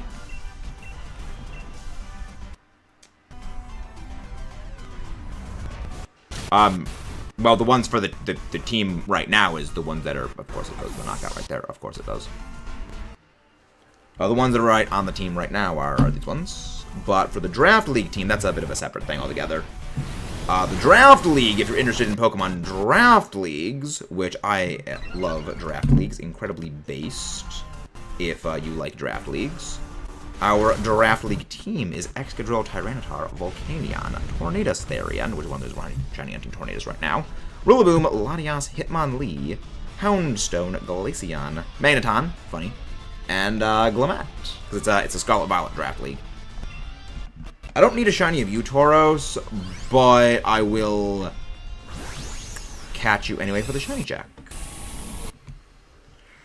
But yeah, but this week we got to face an Iron Valiant and a Talonflame, as well as face down the first Pokemon I ever saw, which was a Salamence, and I'm terrified because it's a Salamence. There's no continuation of Dandy Phantom, probably because Butch Hartman never sticks to just one thing, like how Fairly Odd Parents was. Characters. So I never actually watched like Fairly Odd Parents. Like, the only thing I remember vaguely seeing of Fairly Odd Parents was there was some part where Crocker, like the crazy teacher guy, was in like a powered suit of battle armor or something that looked like Obelisk the Tormentor from Yu-Gi-Oh! And had like a giant staff with a snow globe on it. And there was something about a magic muffin. Like, that is all I remember. Dynamax here, Kayla. Like, that is like all that I remember is something like that. You know, again, it's like I don't know what that was or if that was even real, but like that just kind of sticks out in my brain. Oh, okay, that was a real thing. Okay, so that does actually exist. Good to know. Okay, I'm not crazy. Well, I mean, I am crazy, just not about that. Okay, good. It doesn't go first, so it doesn't get off the Gmax stun shock yet. Can we beat this thing before it gets off the Gmax stun shock? That's what worries me. Oh, that was a crit too. That was a crit. Lovely. That's its brave. That was a lovely, lovely crit. Son of a nutcracker to actually use Gmax stun shock. Well, I mean, thankfully it doesn't do a lot of damage, and I'm immune to the poison. Tauros is getting swapped out. Wait, did all of us get paralyzed? Did all of us get paralyzed? I swear if we all got paralyzed. Wow, okay. So Stun Shock auto does... Okay. I thought it was a 50-50 chance. I didn't realize it automatically gives you a status condition. And it's... Okay, I need to check that. I'm not the most familiar with, like, Gmax Befuddle and Gmax Stun Shock. Because, again, they don't exist anymore. But I vaguely remembered they did something. So that's a little bit worrisome if that's the case. Martin, you suck. Martin, you suck. Just go for freaking Flash. Well, then again, Flash Cannon is listed anyway. Thankfully, we got the takedown, though. But yeah, Kayla switches out here. I hate fighting toxicity in Dynamax Adventures for this reason. That freaking Stun Shock can... It's the same reason I also hate fighting Gmax Garbodor in Dynamax Adventures. Purely because of Gmax Malador, where it poisons everyone, and it's badly poisons everyone. With, I mean, it's paralysis or poison, and I honestly feel that overall the paralysis is the far more dangerous one, just because it's a speed drop and a potential chance of you not being able to attack a turn. Yeah, I would be faster, so I'd be able to actually get off an acid spray before if I wasn't paralyzed. I mean, it's Magnetons, okay. In that case, I don't really like our options either way. Let's go for the Jellicent. It's the least bad way. Because I don't like our odds against either of the fire types, and at the very least, you can just spam electric moves against it. And we got acid spray anyway, so that's at least good. But yeah, no, that's not looking too great for our heroes. What type of console or PC are you to play of? This was a custom PC that I didn't even build myself, Commander Fox. No, I think they mean... Oh, console, it's a Nintendo Switch. But like the PC I'm using to stream was actually custom built for me. I actually don't really even know what went into it. Because it was not built by me. It was built by someone who you kind of can't really ask anymore. At least we got that damage. Of course, Mexican guys. Of course, Jellyface. Please target me, Jellyface. Oh my gosh, Jellyface can't do anything to us. Jellyface, you're useless! Oh my gosh, I am slower than a Jellicent. I am slower than a Jellicent. Because I am paralyzed. Oh my gosh. Sucker Punch. The Sucker Punch does a lot of damage. How do you like the video? What video? What video? Oh, you got the hit. Alright.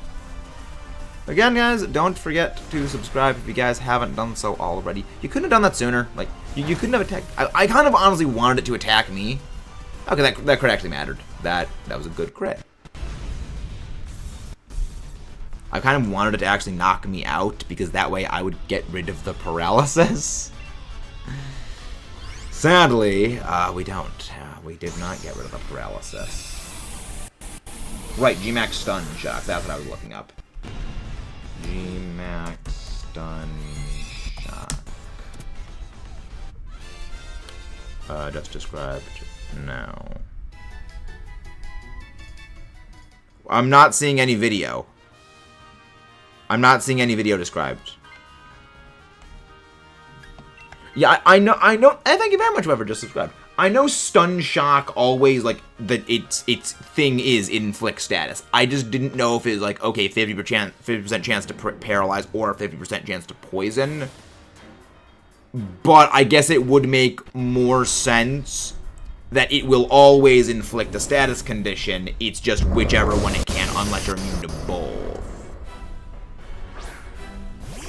But I actually want to go check it, because again, Gmax Befuddle I know kind of works similarly, but I think Gmax Befuddle also works a little bit different. I am not going to Dynamax because I can't do anything, so we just have Kayla Dynamax.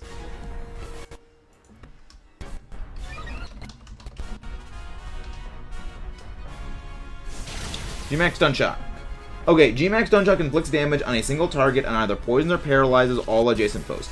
Either option has a 50% chance of occurring on each individual target. If the target is immune to poison or paralysis, and it would have been inflicted with the status condition it is immune to, it would not receive a status condition. Okay, so we just got giga unlucky. We got absolutely stupid unlucky then that both Garbodor and I got paralyzed.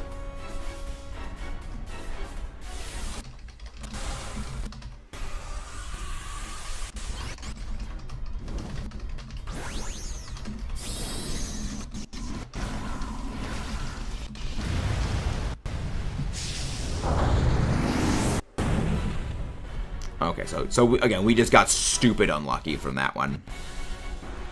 Noted. Doesn't really matter too much, because I'm still going to beat this thing. I mean, Garbodor. Well, it means Garbodor's down. That's fine. Garbodor. I mean, at least Garbodor's gone from that.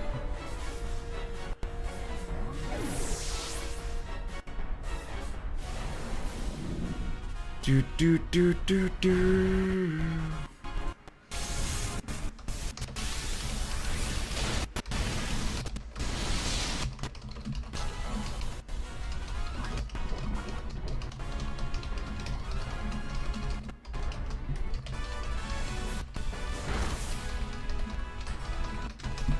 We out. But we got the win though.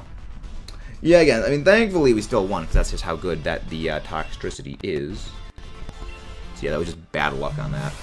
That was bad luck on that toxicity, but we got the win anyway. Thankfully. And if you guys haven't done so already, please don't forget to subscribe for more, and subscribe for the shiny lock. And leave a like on the stream, as it helps reach more absolutely amazing viewers like you.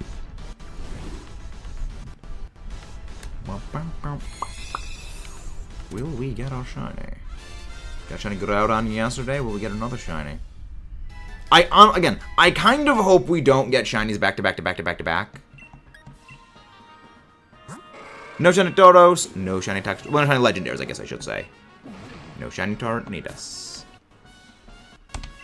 Does anybody want to pop in for the Dynamax adventures, or is it just going to be Kayla and I? Got a shiny yet? We've not gotten any shinies today. We have not gotten any shinies today, but we're slowly working on that, hopefully.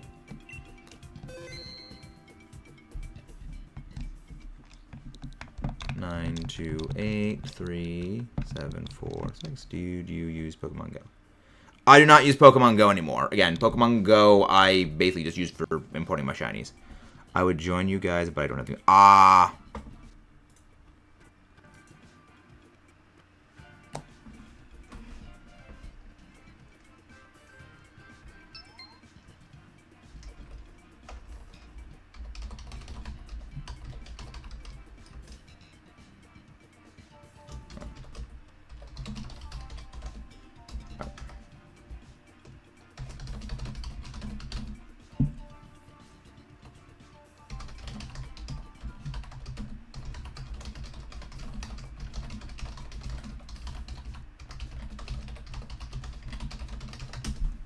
There we go.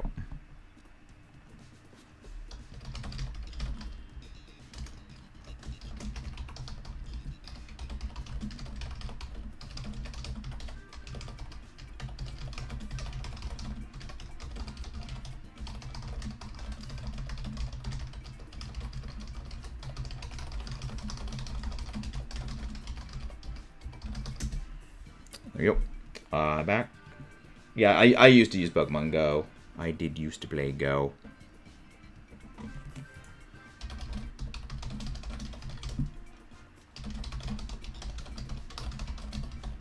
Go. Alright, it's just gonna be us. Alright, let's go. Let's go. Ooh, Manectric, I like that. Frostmoth.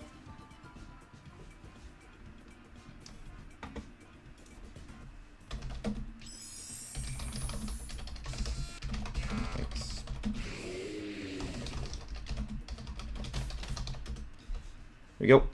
A giant Pokeball makes a dent in the ground, and yet a 10-year-old can carry it. And it is... Yeah. Pokemon makes no sense. Pokemon makes absolutely 0 sense. Let's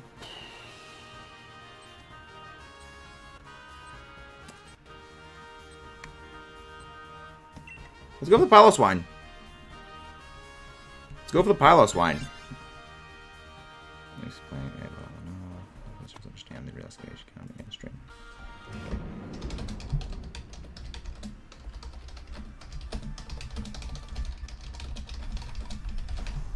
Use Terra more. Then into the play and makes it more about ordinary than the rest of the team. Plus, it's boring. Alright. I mean, I always thought that, like, the giant Pokeball was more or less... Actually, Kayla, I want you to switch out the Frostmoth for the Piloswine. Thinking about it overall, I think it's better if we just have the Piloswine over that.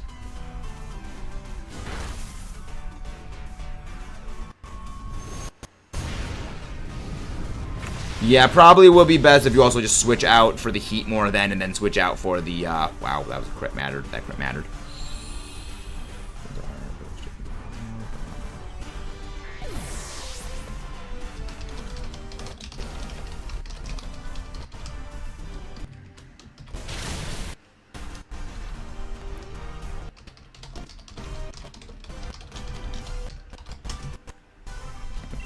That's... yeah, rising voltage. There we go.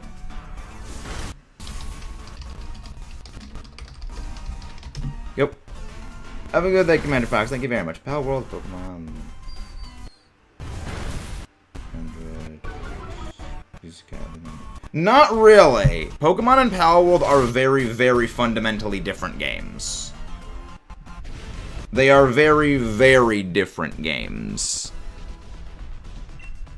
Kind of the only reason why that joke kind of exists is actually because a lot of people were... like, the person that started the whole Palworld copied Pokemon, they actually outright admitted that they made up all of the evidence they had because they were mad that people liked Palworld. Yeah, it was literally just that. Yes, switch out for this and then switch out for the Piloswine.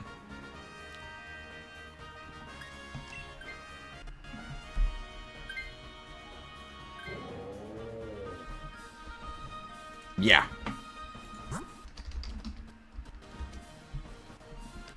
Then we go for the Piloswine.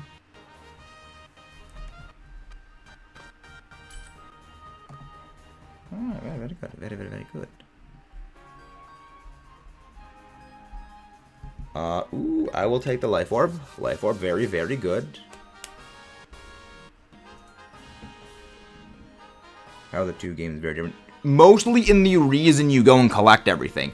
With Pokemon, literally your stated purpose is just collect the Pokemon. With Palworld, the Pals, I think is what they're called, they're much more of a resource to accomplish tasks. So the incentive to go and collect everything is to much more efficiently optimize doing tasks. Essentially, the Pals are a means to an end, where your means to an end are very different than normal, than something like Pokemon. Whereas with Pokemon, catching Pokemon is simply the ends itself. They're very, very fundamentally different games. Yeah. Like, it is entirely... no, it never was going to happen. Because the thing is, Palworld is still doing well, but it is nowhere near going to be able to rival Pokemon. It is not going to happen. The main reason for that is Pokemon's biggest competitors in that scene are Yu-Gi-Oh! And like Digimon and Yokai Watch. And they are not even a blip on the map compared to Pokemon. Like, it is... The only way for, like, Palworld to have a chance of overtaking Pokemon is if Pokemon, for several years, consistently makes many missteps, and Palworld just, like, keeps hammering in and capitalizing on all of those mistakes. But Pokemon has not been making a lot of mistakes lately. I mean, Pokemon's, if anything, actually been showing it is going out of its way to correct its own mistakes.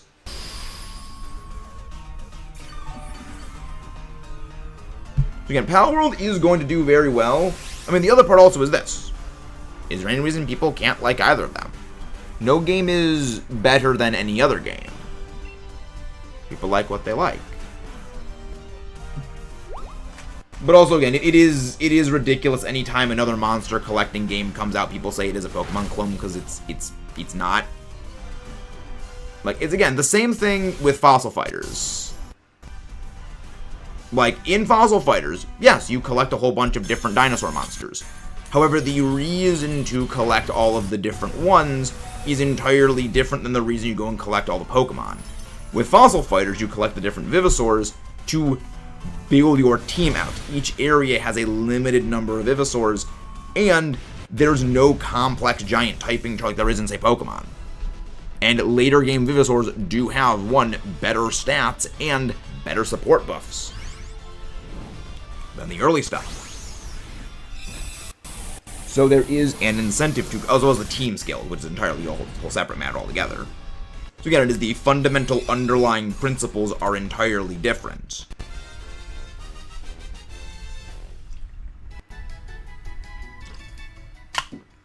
Not really. Legends Arceus and Palworld are not the same at all.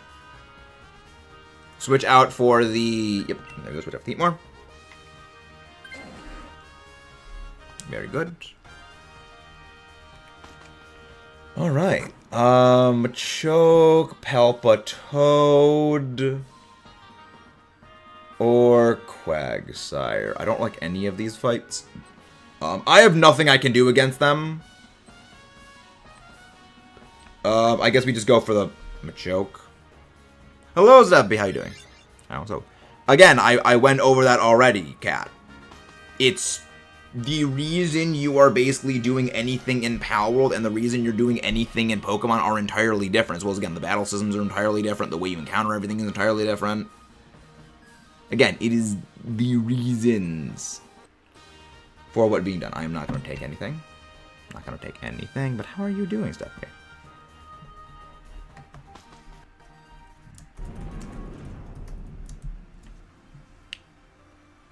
Yeah, again, they're very, very different games fundamentally. You know, it's basically like saying King Kong and Jurassic Park 3 are the same thing because they're both movies that have giant dinosaur monsters and people on an island. It's like it. Broad strokes, there are some similarities, but anything beyond the surface level is they're entirely different.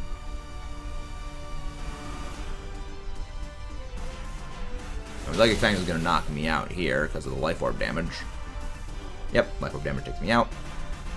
I'm down. I also just realized Assurance as a move would actually counter Life Orb damage. Unless Life Orb doesn't work that way. Also, I mean, it lets the that thing actually do damage too. It's actually pretty good. Just use Ice Shard, Kayla. Just click Ice Shard.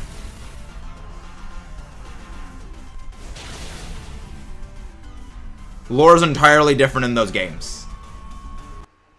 Lore is entirely different.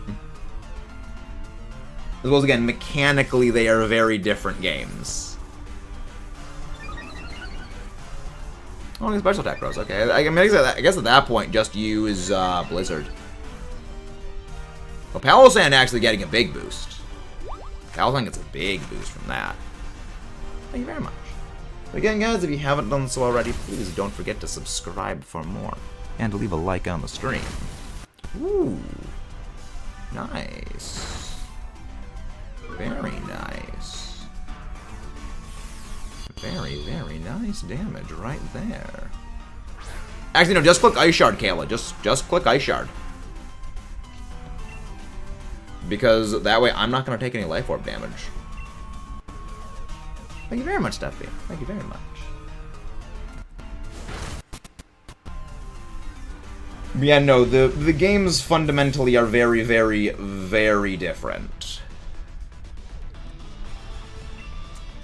Wouldn't mind a shiny of you. again, it's beyond the surface level similarities. They are very, very different games. The main reason why a lot of that stuff of comparisons of Palworld and Pokemon come in is one from like people literally fabricating stuff that Palworld's a Pokemon clone, to there really aren't many games like Pokemon because a lot of studios are actually afraid to make games like Pokemon. Like, not like Pokemon.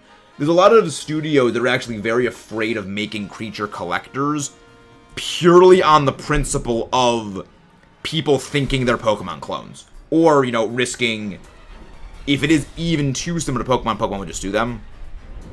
So we don't really get a whole lot of games like it. And that's just because of people being worried about it.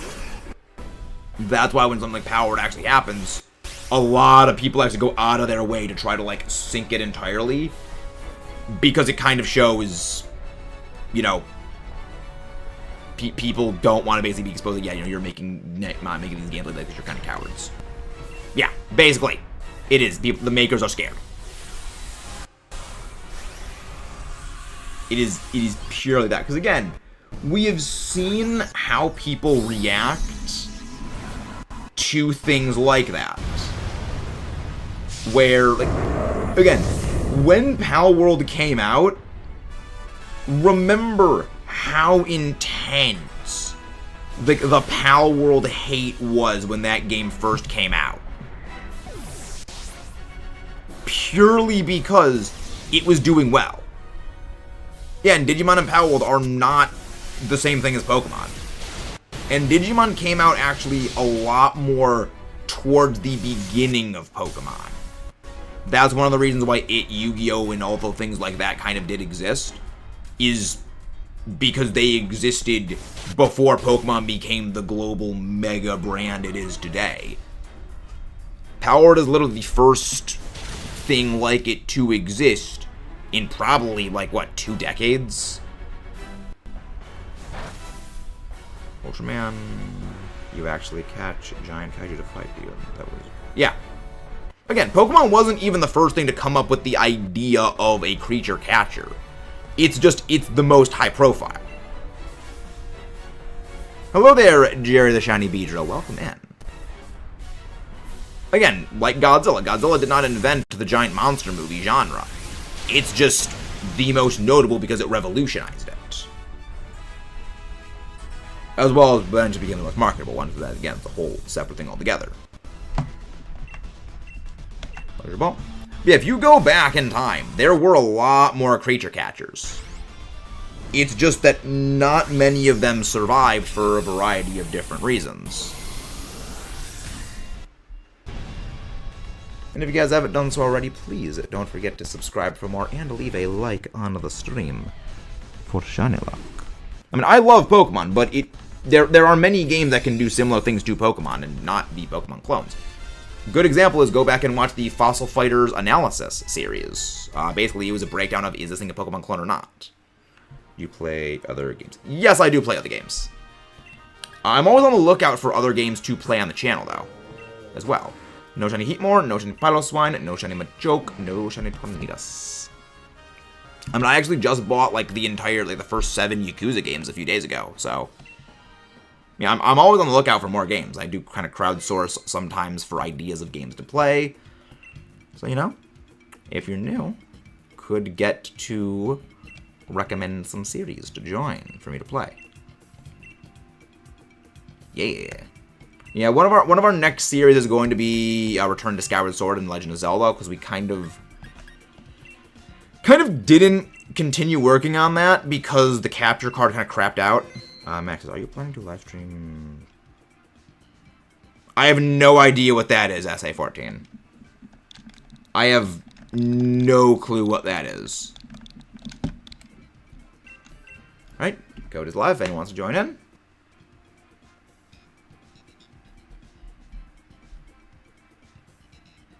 Yeah, I have no clue what that is.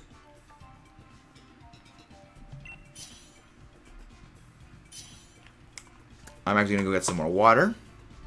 So I'll be back in a second. Do not forget to drink water, if only to outlive your enemies. Hydrate if only to outlive your enemies.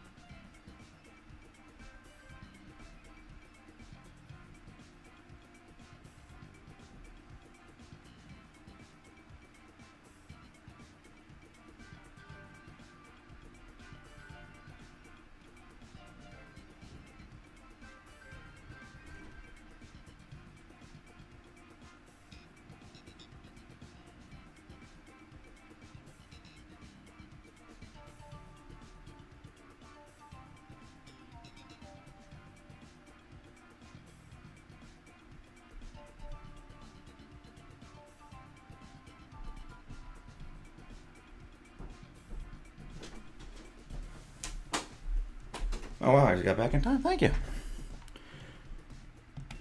Hello there, Fleck. Welcome in. I think marketing is the key to success. Oriented me. How many people would watch Teen Titans? Or did you hate watching it?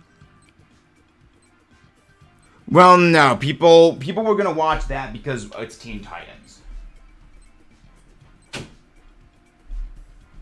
That is something a little bit different. Marketing is not always the key. Toxicity. No, I don't know. I have never heard of it before.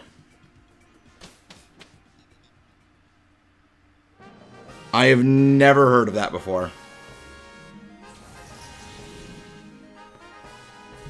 Alright, we got some good options here. Alright, we are going to stick to the right side. We're going to go normal, which is Jigglypuff. Then we're going to go for the Nidoking, which is the furthest thing to the right. And then we go for the electric type, that's Heliolisk. Stay hydrated. I'm going Super Saiyan. Super Saiyan? Nice. Alright, we good. We ball. We ball. Yeah. Don't forget to subscribe for more. If you guys haven't done so already. I don't really want to Dynamax against you. Yeah, just triple axle. I am probably going... Actually, no. I'm going to take... I'm gonna go take the Heliolisk. Jigglypuff. It uses fun. It is literally Jigglypuff's final smash. It is literally Jigglypuff's final smash. I'm kind of sad it doesn't actually have Sing in Dynamax Adventures. But I guess it kind of makes sense. Like, that's one thing that surprises me. That they've never made a signature move for the Jigglypuff family that involves sleep. Because, like, they give signature moves to, like, everything, but they've never given anything to Jigglypuff. You know, that's gonna be a video idea.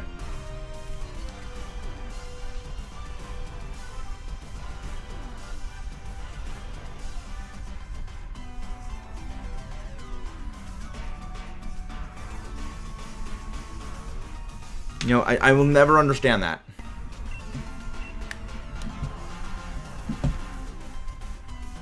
Relaxal. Kick to the face. You could say we're doing this for kicks. You could indeed say we're doing it just for kicks. Get knocked out. Wonderful. Bye-bye. Get in the ball, please. Get in the ball, Jigglypuff. Yeah, today's doing pretty good. And again, don't forget to subscribe for more of those, if you haven't done so already.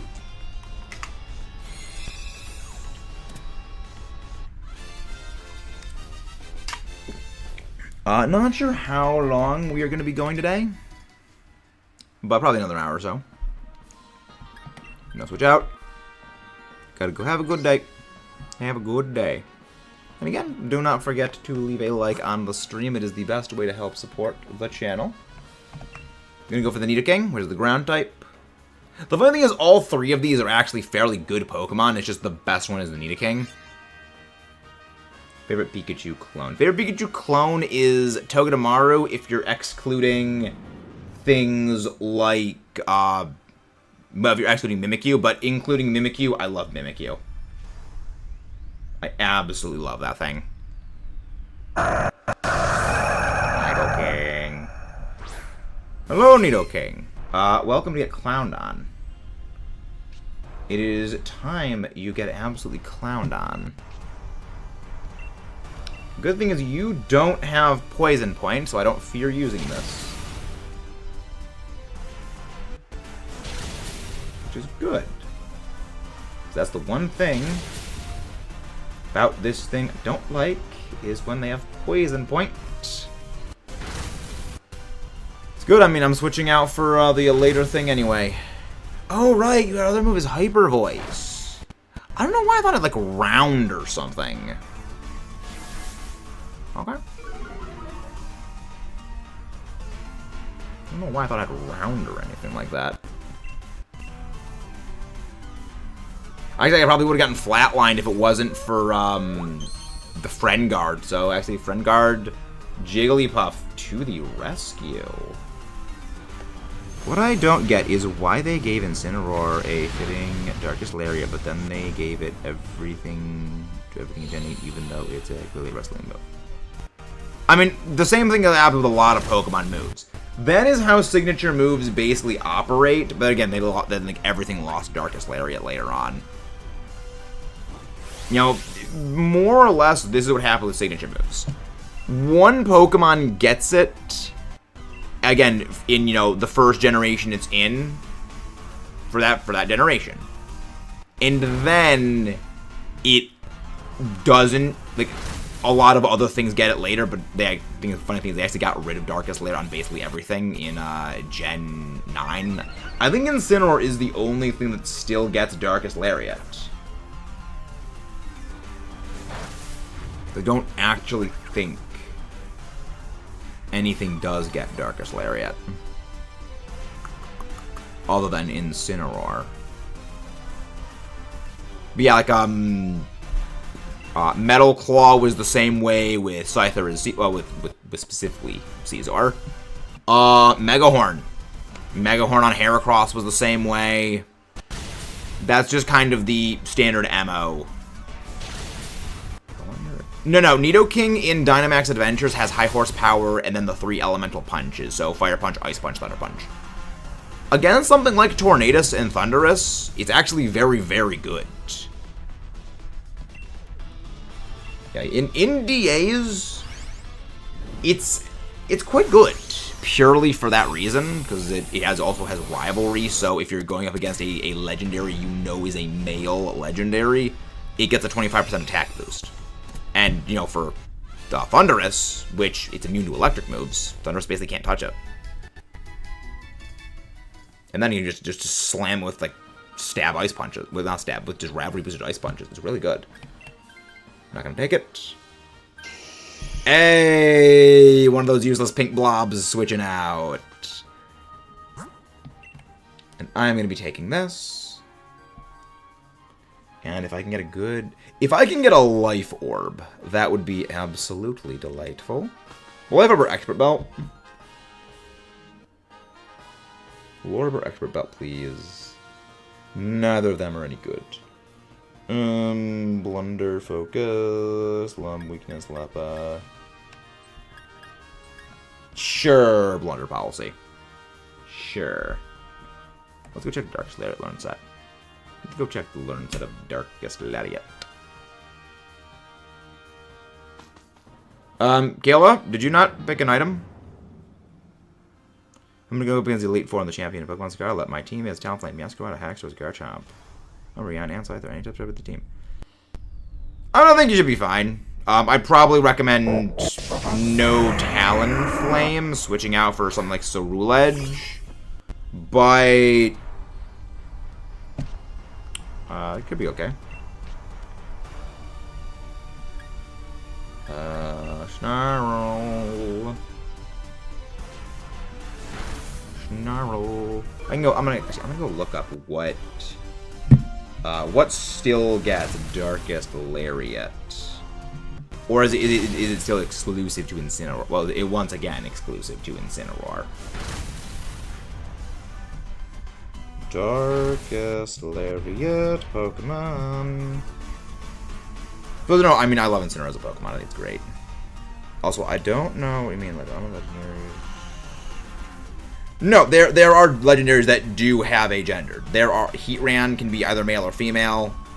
Landorus, Tornadus, Thundurus, and Latios are all male. Cresselia and Latias are both female, and Namorous is female. I believe those are the only gendered legendaries. Oh, also, well, in this game. Terapagos can be male or female. However, the Terapagos you get in the Indigo Disc is always male, for some reason. It's weird. It's funny how Waterfall was seen to remove the Goldeen and Seeking a Gen 1, even though Magikarp and Gyarados are based on cards and climb waterfalls. Yep. Again, Pokemon makes no sense. Remember, Pokemon is the series where Spheal can learn Earthquake, but Zekrom can't. Just always remember that. Spheal learns Earthquake. Zekrom doesn't. Meowscarada just use Flower Trick and put every single thing. Yeah, that's not gonna work too well against some of the Elite Four. Well, how high level is the Meowscarada, I guess, is probably the better question. But yeah, most of the gyms don't really resist grass, other than the grass type gym, but grass and bug, but you handle them early on. I would expect you might eventually be able to breed female. I think, well, I don't quite think that's happening. They never did that with Latios or Latias. More likely, I think what we're going to do is we're going to get the female Terapagos as like a shiny when they do the event distribution. Yes. Yes, SA-14. Zekrom cannot learn Earthquake, but Spheal can. It's level 50, plan on leveling up. Okay, you should be okay. You should be okay on that. You should be okay on that.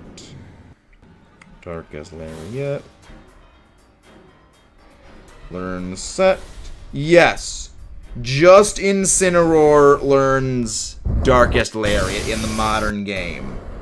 Because TRTMs don't exist of it anymore. Yeah. Only Incineroar gets Darkest Lariat anymore.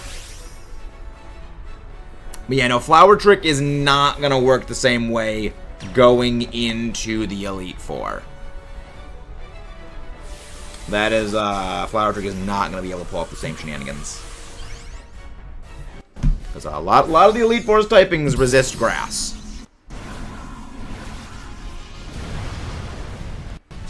If you guys haven't done so already, please don't forget to subscribe for more. And leave a like on the stream. Yeah, a lot of Pokemon in the changeover from Gen 8 to Gen 9 actually did lose a lot of moves. I'm a little sad about that, because, like, Rillaboom lost Iron Head. Yeah, Rillaboom lost Rillaboom lost Iron Head. I think it lost Rock Slide as well. It may not have even had Rock Slide in the beginning. But I feel like it did learn Rock Slide. Again, could be wrong on that. But it made some planning for some Draft League things a little bit more awkward. Dang, I got frozen. And if it uses, like, Heat Wave, that'll auto-defrost it. We're fine. Clefable is charging its Meteor Beam. It is charging its lasers. Charging its Space Laser. Tornadus is frozen solid. Say Tornadus, meow. And there's some legendaries that do actually have a gender in-game. They do follow gender mechanics. Tornadus is frozen. Oh, try to use agility. Max Lightning. You've been thunderstruck. You've been. That's why I would have loved a Life Orb. That would have actually knocked it out. Thunder Punch. Oh, yeah, right. It is weak to Thunder Punch, too. Get taken down, Thundy. Not Thunderous. 20. 37. Dynamax Adventure checks. Let's see. Do we get a shiny? Do we get a shiny?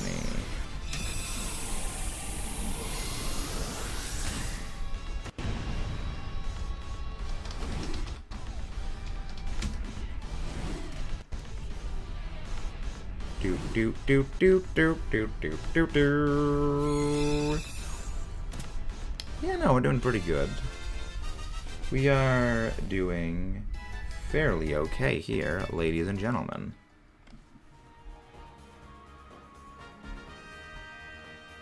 No shiny Jigglypuff. No shiny Nidoking. No shiny Heliolisk. No shiny Tornadus. Yet.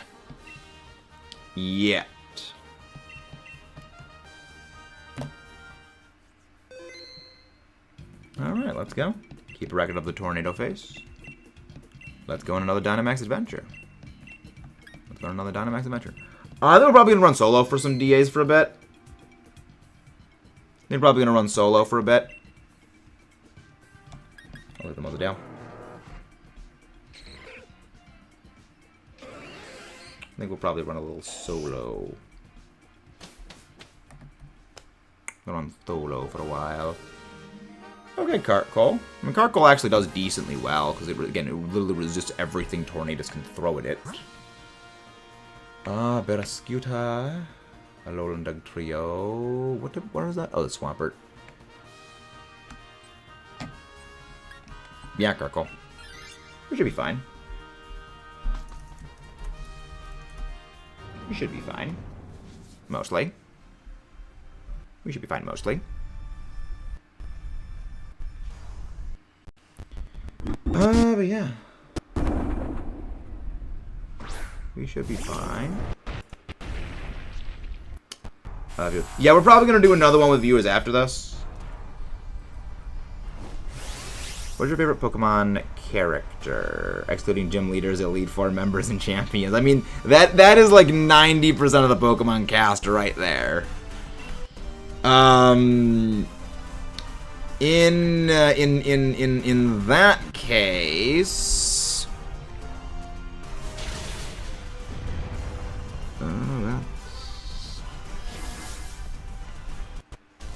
maybe Volo. I like Volo. I mean, no, N. Then it would be N. I kind of forgot. Like, well, yeah, no, N is evil team leaders are not. Well, not evil team, like rivals were not excluded from that.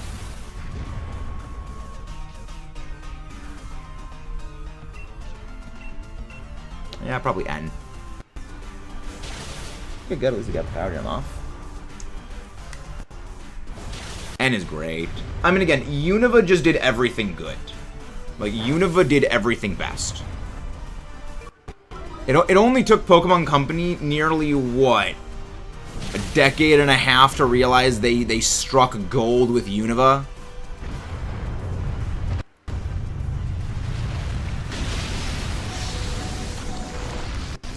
It took them a decade. Well, a decade and a half. And again, the entire reason that happened is because people got butthurt. They couldn't use their Gen 1 stuff. This is the reason why I say fan service needs to be cut out from fan service is like a leeching, well, not fans, but like, you know, like nostalgia worship to that degree. Is like a leeching parallel that needs to be cut out and discarded. Because imagine this. Imagine a parallel timeline where instead of the universal hate that Unova received, it was instead shown fair treatment, sold well, and a Pokemon game that had a highly polished story, had the largest Pokedex in the entire series, became the norm, where we had every gen, you would be getting, you know, consistently 100 or even 95 new Pokemon. Longer dev times to focus on story. Imagine that timeline. Imagine that. And that timeline doesn't exist. Because the continued worship of Kanto. Yeah. That is why. That is one of the main reasons. Downward Gen 4, Gen 4. More popular among the older fans, praising Platinum and HGS. Yeah, the funny thing is, the Sinnoh games are my first games. I will still rip into those games like crazy. They have their flaws. They are vastly better than Gen 1. Because they are at least, like, very playable games. They fixed a lot of the fundamental issues within the games. However, they introduced a lot of new fundamental issues. They are not perfect. They are perfect by no means. But I would say that the Generation 4 fans are not nearly as bad.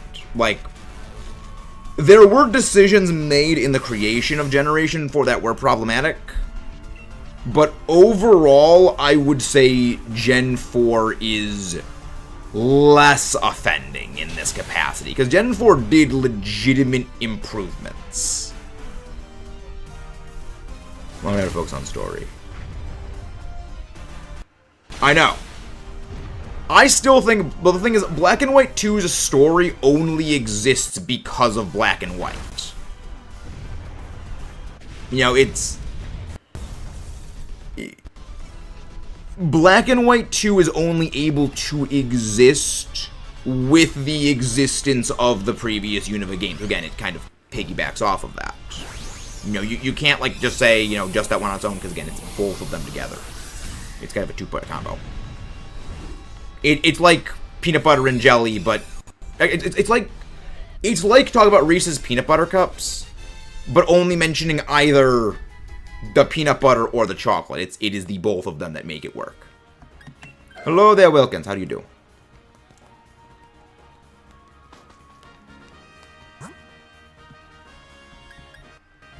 I do need Shiny Behem.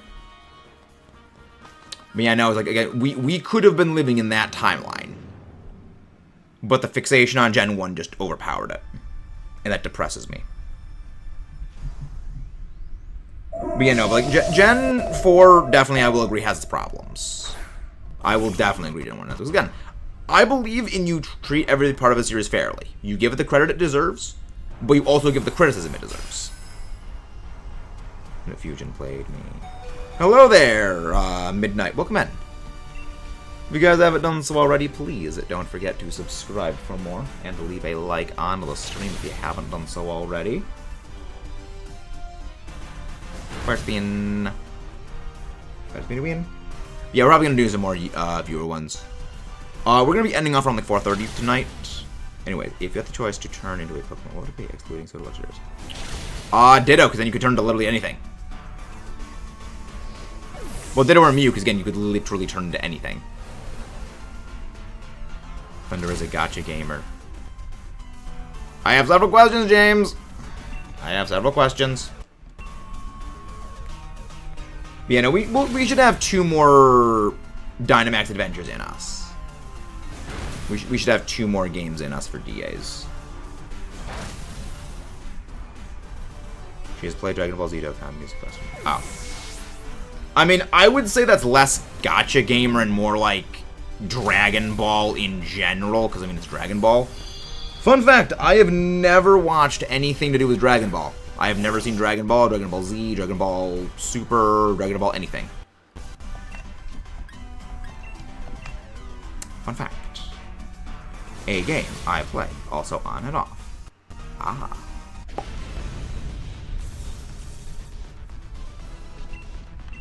Get in the ball. Get into the ball, big brain space alien thing.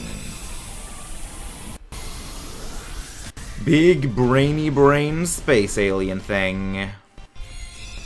I know it's anecdotal, but I've seen one Gen 1 or 15 years ago. Or the fandom, wholesome streamer, to respect. That's not a Gen 1er then, Ruby. A Gen 1er on principle is, like, the definition of what it means to be a Gen 1er is everything but Gen 1 is bad. If they respect the opinions of other players about liking the newer stuff, that on principle makes them not a Gen 1er.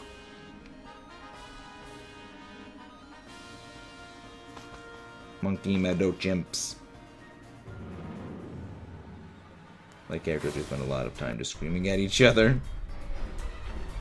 It usually is very, very long.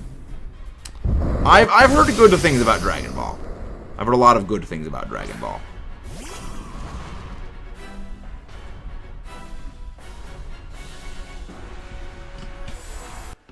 I've heard a lot of good things about it. So maybe at some point we'll watch it eventually.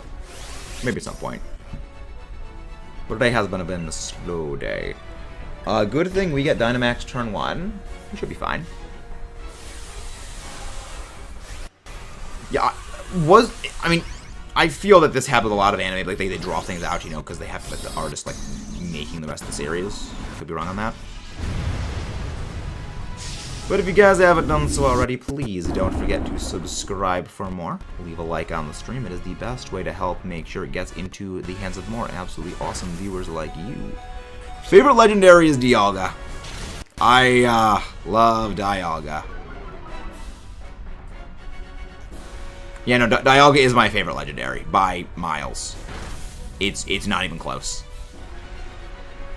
Maximum Rockfall. Maximo Rockfall. Decent damage.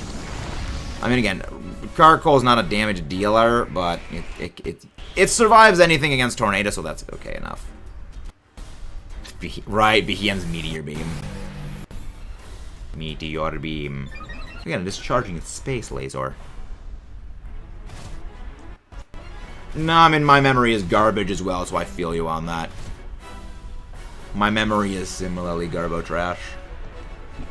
Now, if we can land that Meteor Beam, that would be ideal. The meme in the Dragon Ball community is that writers had to drag on certain fights. I mean, I wouldn't be surprised if that was actually something done. Because I know in Yu-Gi-Oh!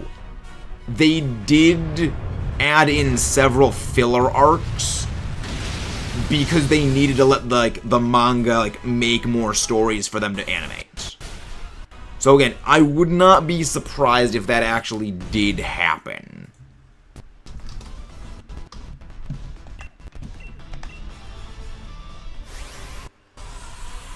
You know, that I feel like that could potentially be a thing that does actually exist.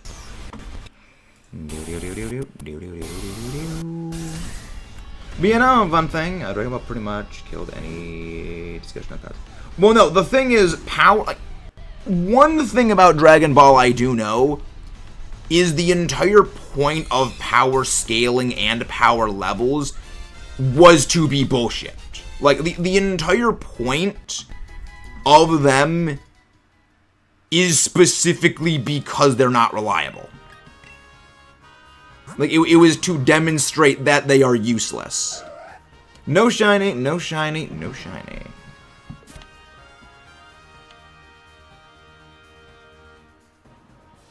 Yeah, again, like, the whole point of it was to show, yeah, no, the power levels are completely meaningless. Which, I love that. Like, the fact someone would create an entire system in the series just to show how useless it is, I like that. Respect. If anybody wants to join the Dynamax adventures, we are opening for viewers. So feel free to pop in if you would like to. You can rush them up DAM again. No, nice. Number touch. Very, very, very nice. Very, very, very, very nice. But yeah, no, I have a new level of disdain for Iron Valiant. Again, Draft League planning to beat that thing. I despise it. I have a fresh level of pure disdain for that thing. It just gets so many moves. It just gets so much. Hey, Neko, how you doing? One of the mods go grab Neko's link, please. How you doing, Neko? How are you doing? Nintendo Switch had Pokemon. Oh, which you had Nintendo Switch and Pokemon Switch didn't use. Okay, I was like, wait, what? What? Nah, okay, that makes sense. Sleepy. Go rest. Rest. Go and rest.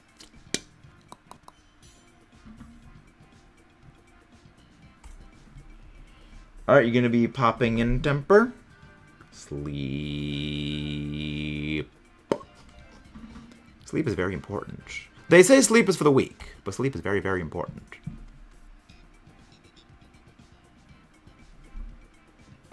Sleep is very, very, very, very, very, very, very, very, very, very, very, very important. Sleep is very, very, very, very, very important.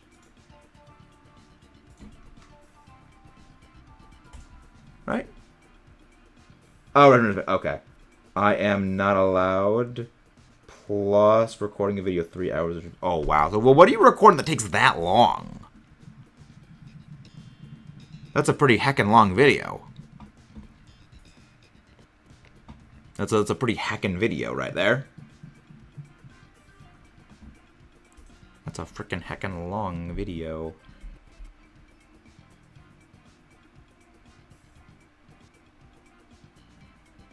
Oh, recording. Okay, I was like, wait, what? Because, I mean, okay, I was gonna think the 3-hour video that's impressive, because one of the videos I just finished editing, the raw footage was 1 hour and 1 minute, and after everything was edited out, the thing was like 26 minutes. So I was gonna say that's. Again, I mean, depending on what was being recorded, that could, you know, just skew things. But yeah, Temper, you might want to get in pretty quick. By the time you're probably hearing this, there's maybe only going to be like 10 seconds left on the clock. Blade should have easily been fair fighting since Gen 6. I hate how they refused to replace any type of other than normal. They never. The thing is, wow, you literally got into the last second. The reason that they didn't replace it is because the entire line is psychic. That's kind of why. Mr. Mime. It is a soul lock, but I am not ready to them. Fair enough. None of these are overly good. None of these are overly good. I mean, like, the least bad is probably the Chirim just because of the weather ball shenanigans. But yeah, no. It overall, the reason they didn't do that is again, the whole line is pure psychic. It's for the kind of, I mean, a bit of a similar reason for why they didn't make Cresselia and the Lake Trio in Sinnoh part Fairy, is it just made them way too powerful. We are going to stick to the left side entirely. Go for the Togedemaru. Beating the living Garbodor out of pink Cocoa Bean. Interesting. Delay refresh the stream. Thank you. Favorite select Pokemon. Metagross. Cubone is mono ground, and it can evolve into a Alolan Marowak. Yes, Cubone evolving into a Alolan Marowak is the only Pokemon that evolves into a Pokemon it does not share any type with. That is dual typed. It is the only Pokemon that does this. It's very fascinating. Also, again, fun fact of the day about Cubone and Alolan Marowak. Alolan Marowak learns Ice Beam. It learns Ice Beam. It learns Icy Wind. Yes. That is a thing that exists. That is a thing that exists. Oh boy. Oh boy. Oh wow, the critting of the scale shot, very, very important. Very, very important. Gen 1 is why it learns it. You gotta remember, a lot of Gen 1 Pokemon learn a lot of really stupid moves they shouldn't learn, and they have kept those learn sets because the Pokemon Company is unwilling to decapitate the Gen 1 learn sets. Like, it's the reason why the Rhydon family and the Nidoking family learn Surf, despite it makes no sense. You know, it's the reason why Gyarados can learn Thunderbolts and Flamethrower, and also why the slow dudes, you know, Slowpoke and Slowbro and Slowking, can learn Flamethrower and Fire Blast. It is purely because back in Gen 1 they got those moves, and they don't want to take them out of the learn slots. But Pokemon doesn't have a problem with holding on to the past, guys. But it doesn't have a problem with holding on to the past. Exactly. I 100% agree, Temper. 100% agree. 100% agree with that. Fire Slam. Slam. Wow, almost beat it. Well, Gyarados makes sense on Flamethrower and Thunderbolt. Yeah, again. Gen 1 stuff doesn't make any sense. If Cubone shares no type of evolution, I don't see why Curly is like that. Well, the reason why they did that with Cubone is specifically Alolan Marowak. Remember, regular Marowak is just pure ground. The reason why they didn't change Gallade's typing is Gardevoir Ralts and Curlia merely picked up the fairy typing. They weren't going to go and change it, because the whole point of them is that they do two very different things. That's kind of the point of Gallade and Gardevoir, is that one is a physical attacker, the other one is a physical psychic type, the other is a special psychic type. Again, they read that. Thank you very much for that, Chuck Plays Games. How are you? I'm doing very well. Doing very, very, very well. It really just hurts Gen 1, since most Gen 1 stuff can't send out the moves and stuff. I wouldn't say that entirely, Temper. There are definitely some Gen 1 Pokemon that can still stand up to modern things. It's just very few of them. Like, Gyarados, Dragonite, Zapdos are three of them. But, by and large, most of them can't. Like, to a degree, Vaporeon can. Vaporeon and Jolteon kind of can. Yeah, Clefable, again, there's a few of them that can. I would say there's maybe, like, 10 that can. But the thing is, a lot of those received several generational incremental buffs to make them better, which kind of takes away a bit from them.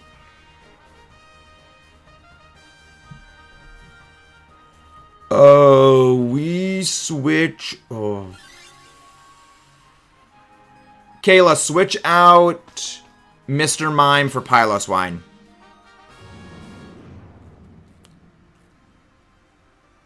No, I want you to switch out for the Togedemaru, because you have Scorching Sands, and we have literally nothing to hit that Togedemaru with, other than Scorching Sands.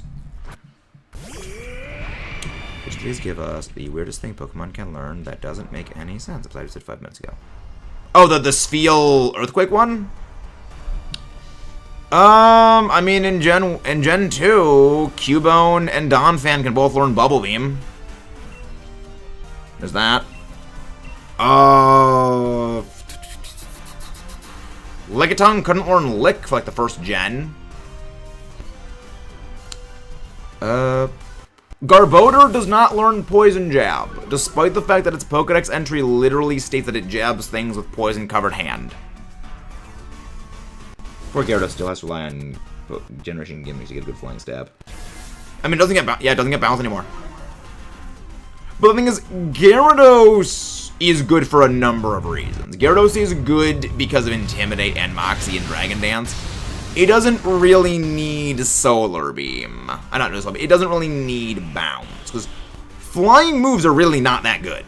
Like, in the grand scheme of things, most flying moves are not great on most Pokemon. Unless you're something like Tornadus, then yeah, flying is very good. Or, flying is not good for damage, I guess I should say. If you're using flying moves for, like, tech, then yes. But, you know, like Togekiss is using it for air slash flinches, Tornadus, Bleak Wind Storm for speed dropping.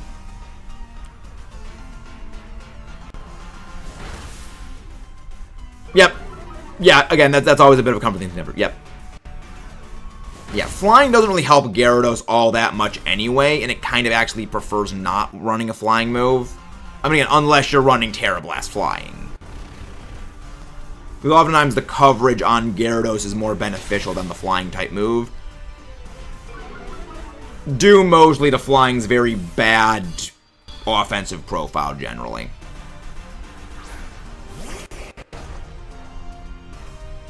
And potential for use. Wait, what learns Solar Beam, James? Yes, Wooper gets Ice Punch. And if anyone says, but Kyurem Black can't learn Ice Punch, there's a reason Kyurem Black cannot learn Ice Punch. Its arms are basically too frozen over to actually be able to punch. So, like, it actually can't punch. Oh, yeah, no. Yeah, no, freaking Garbodor, you know, yeah, makes sense. I beat you to it, Temper. I beat you to it. I already said the Kyurem thing. Because I know everyone says the Kyurem thing. Like, everyone brings that up. It's like, no, there's a reason why Kyurem can't. Its arms are frozen. It literally can't punch. The funny thing is, it doesn't even if it got Ice Punch, it would never run it. Because it gets a little thing called Loaded Dice Icicle Spear. Quick question, I'm really confused. Are Steel-type Pokemon immune to electric types? No. Steel types are not immune to electric moves. Well, Gastly is a amorphous blob of gas. It can probably form a hand out of the gas to punch things with.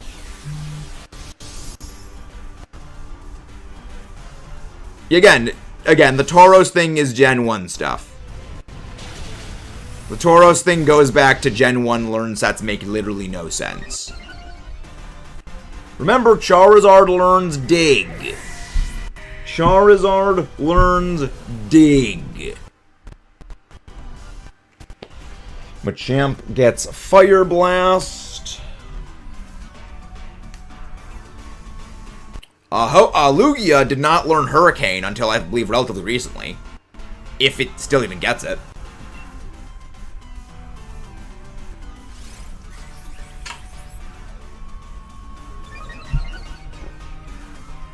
But yeah, because, like, it was a big announcement when Lugia finally got Hurricane for, like, one of the movies, like the Power of Us movie. There was a special Lugia distribution that had Hurricane. Because Lugia doesn't learn Hurricane. Use Scorching Sands, Temper. Use Scorching Sands. It will automatically defrost you.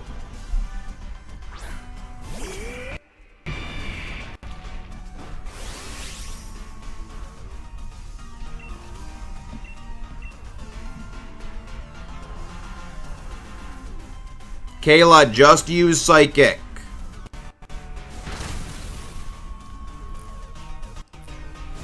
Don't use Icy Wind. Nope, any move that has any move that side effect is burn does that. So Scorching Sands, Scald, Steam Eruption, and Ice Burn. Sorry, Grimmer's getting bad now. I'm just looking. It's okay. It's okay. SA14. It's all good. Yeah, no. Any move that has any move that side effect is burning, but it's not tri-attack, will always defrost. Aside from well, Flame Orb. And if you can freeze the Pokemon holding a Flame Orb, I actually don't know how the Flame Orb Fling interaction works. Also, Sandsear, yes. I periodically forget Sandsear Storm exists because I don't run Lando Incarnate. But yeah, Sandsear Storm does exist.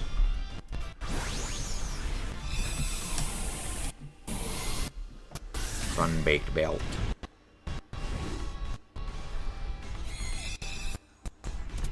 Yeah, Sandstorm. Yeah, Sandstorm is a pretty cool move. Again, like,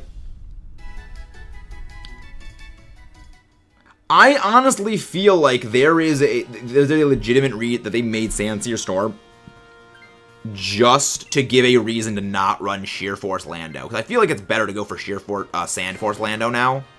Because again, you have the boost on Sandsear Storm then. Going for the Togedemaru. Going for the Togedemaru. Togedemaru. Okay, does Lugia still learn Hurricane or not? Sandsear Storm is Landorus's signature move. It is a ground special spread move that has, I believe, is what, a 20% chance of burning? Oh, acrobatics. Well, no, just go sort by type. Okay, Lugia does now learn Hurricane via TMs. Yes, switch out the Sandaconda for this. Switch out Sandaconda for this. Yeah, no legendary and regulation. You had to go for it. Well, it depends on. No, don't Dynamax. Do not Dynamax. Depends on what your team is and what you overall want the team to do. Because generally, you sort of build the team around the legendary. Generally. That's at least good that targeted you, not any of us. And again, guys, if you haven't done so already, please don't forget to subscribe for more. Leave a like on the stream, as is the best way to help you guys out. Let's go to little spike ball. I love Togedemaru. Hey, thank you very much, whoever just subscribed. I love Togedemaru. Again, best Pikachu clone is Togedemaru. It's so happy. It's such a happy little bean. Also, the name was changed in the remakes. But what name was changed in the remakes? Well, what name was changed in the remakes? Oh yeah, Grubbin's using that. Grubbin using that, not Grubbin, Jar Jar Bug. Wow, doing literally no damage to us. That's fine. That's fine. All right. Okay, I'm gonna Dynamax against the thing. Yeah, that's good. We good. I would love a shiny Togedemaru though. I would love a shiny Togedemaru. Yeah, we're gonna go do another. And we'll go look through the I mean, granted, I love my steel types. So I'm probably biased towards Togedemaru then. I have Terra Electric Archeldon in the Brutbonnet, Rabombi, and Rampardos. Okay, in that case, I'd probably recommend you bring in Kyogre. If you're going with an Archeolodon team, I'd recommend Kyogre. Because remember, if you have a Rain up, then Electro Shot does not need the turn of Charge Up. Quite literally Charge Up. Rampardos? Rampardos is an interesting one. Yep, just open with Nuzzle. I mean, I respect. I respect the Rampardos play. Kayla, just spam Blizzard. After that, just spam Blizzard, and Togedemaru, just spam Electroweb. Reason for that is, Charjabug's ability is Battery, which boosts all special moves damage by 30%. The reason I'm doing this is overall we reliably hit Blizzards, which again lets Kayla do more damage. Ha, you missed, Tornado Face. You missed. Novel. Always been good little bug. I love Charjabug. Again, when people say Pokemon design suck these days, I point to stuff like Vikavolt. Said, you are incorrect. Like, if you're gonna sit there and you're gonna tell me 3 coconuts sitting on the ground is a better design than flying railgun bug, you are on something seriously strong, and I think you should be arrested for that.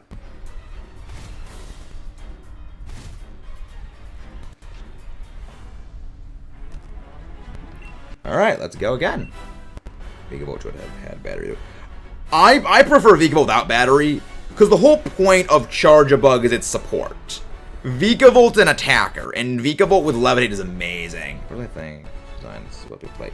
Yeah, I hate the humanoid designs. Like, it's more, it makes me uncomfortable when I see like the humanoid looking Pokemon. Like, that's why I don't like.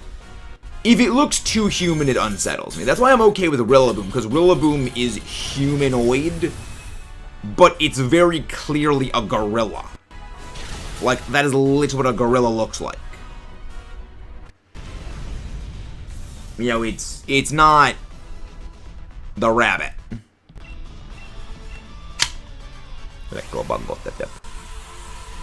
Alright, and that is 39 total Dynamax adventures. And again, please don't forget to subscribe for more if you guys haven't done so already. I do not, Temper. I do not. Yeah, again, if it is, like, specifically a monkey, they generally look like an actual monkey. Like, again, Infernape, Rillaboom, Primeape, you know, they literally are just Zarude. They're literally monkeys. It's like, it makes sense, and it also works because they're not, you know, expressly human-like. They are very clearly still monkeys, or still apes. As opposed to Meowscarada, which is creepily human-like. We're gonna go do, this is gonna be our final Dynamax adventure. We're gonna try to end off on 40 wins. You see my champ throwing me out, though. The thing is, those I don't dislike, because, one, they're not humanoid with animal features. They're just human-like. It's when you start adding in the animal features on top of the humanoid design, that's when it starts making me uncomfortable.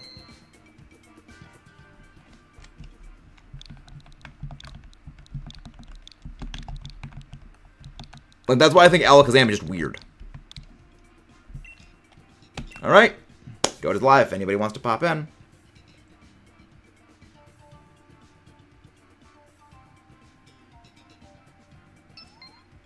That's why I don't dislike Incineroar, because Incineroar is not human-like. It has a humanoid posture, but it's not, you know, very, very, very unsettlingly human-like.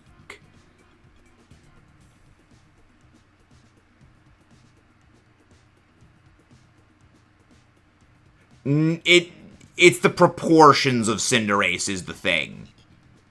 It is the proportions of Cinderace.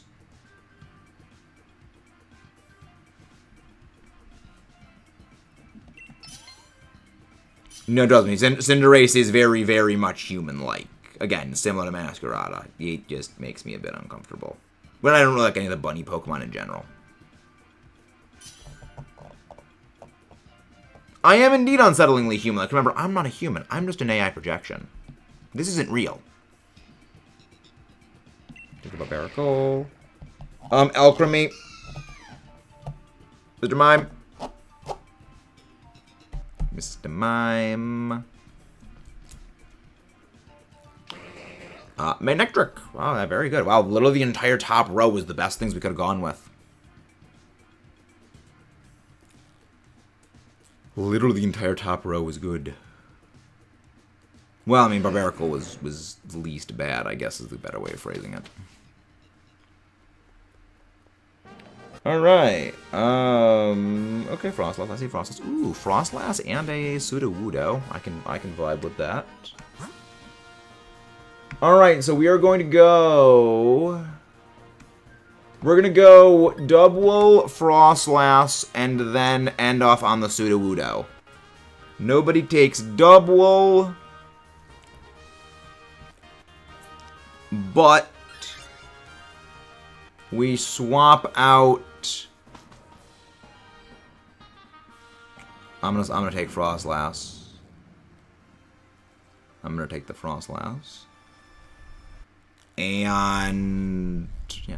Alchemy, just use Decorate on the Manectric. Manectric, just spam Rising Voltage. And then we're all good. Just spam Rising Voltage on the Manectric, and we should be fine. Razor Shell. Razor Shell. We're gonna...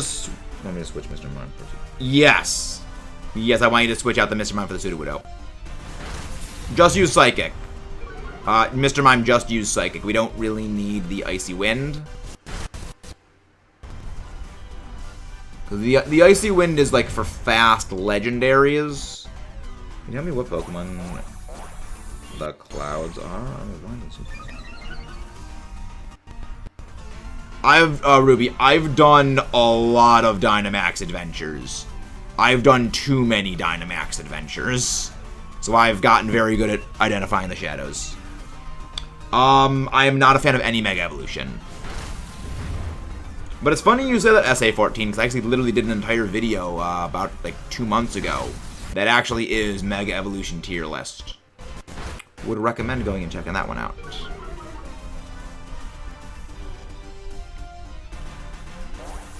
You know, that was a video we did about 2 months ago. And again, if you guys haven't done so already, please don't forget to subscribe for more and leave a like on the stream. He's locked into DAs. Yeah. I have spent too long on DAs to, like, again, it's too... Well, I spent way too much time in DAs.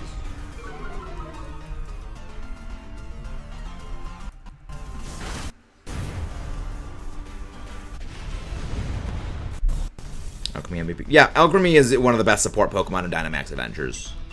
In DA. Like, I would say it is probably the third best support Pokemon in Dynamax Adventures. The only reason it loses points is purely because it's so slow. So, one, I mean, it can get knocked out. Two, the Pokemon it's using Decorate on can get knocked out.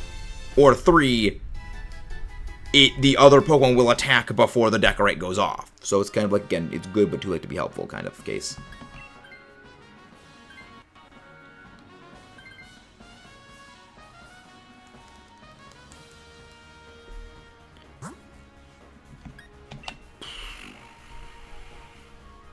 If Manectric can Dynamax.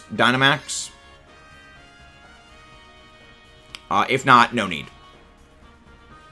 And just spam your fire moves. Just spam your fire moves. I am going to take this. Frostlass.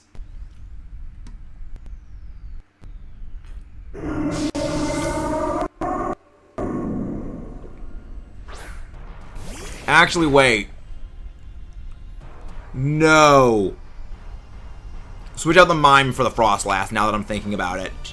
Because then we're not really going to have anything for the Sudowoodo if I don't have this Barbarical.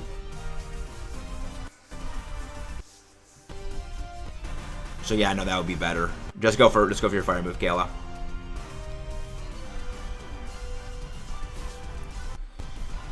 You know, switch out Mr. Mime for the Frostlass. I will take the Sudowoodo.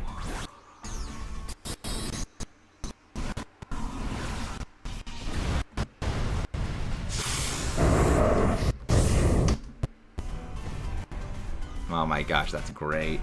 That's amazing, Miju. God, I love that sometimes. But it comes down to attacking, you know, like Jesus. Not really. There are several very good hyper-offensive attackers in Dynamax Adventures, Wilkins. But it does not happen to narrow things down too heavily. Does not really narrow things down too heavily.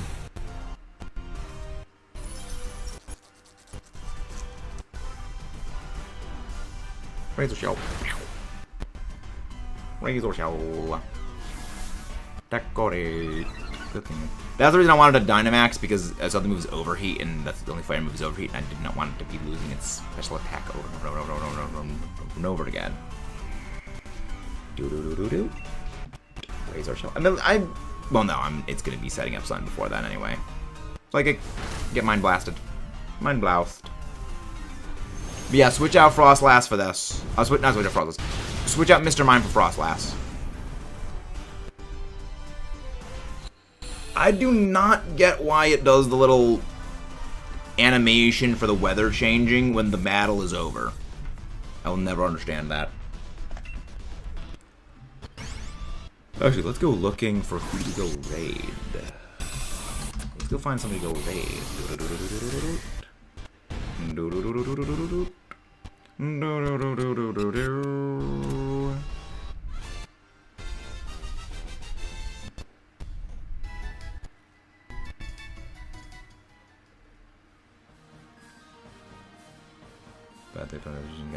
Godzilla.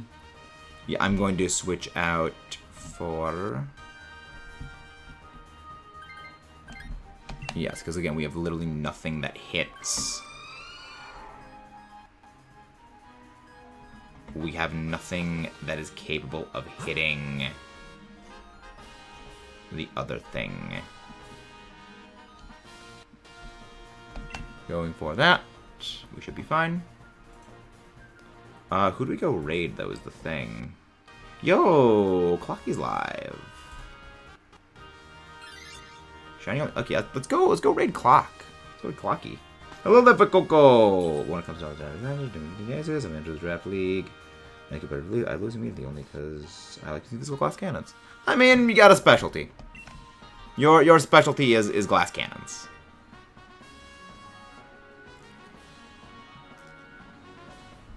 Your specialty. You have a specialty. Yeah, just use your grass move here, Kayla. Just use your grass move. Can we go do a redirect over to Clocky?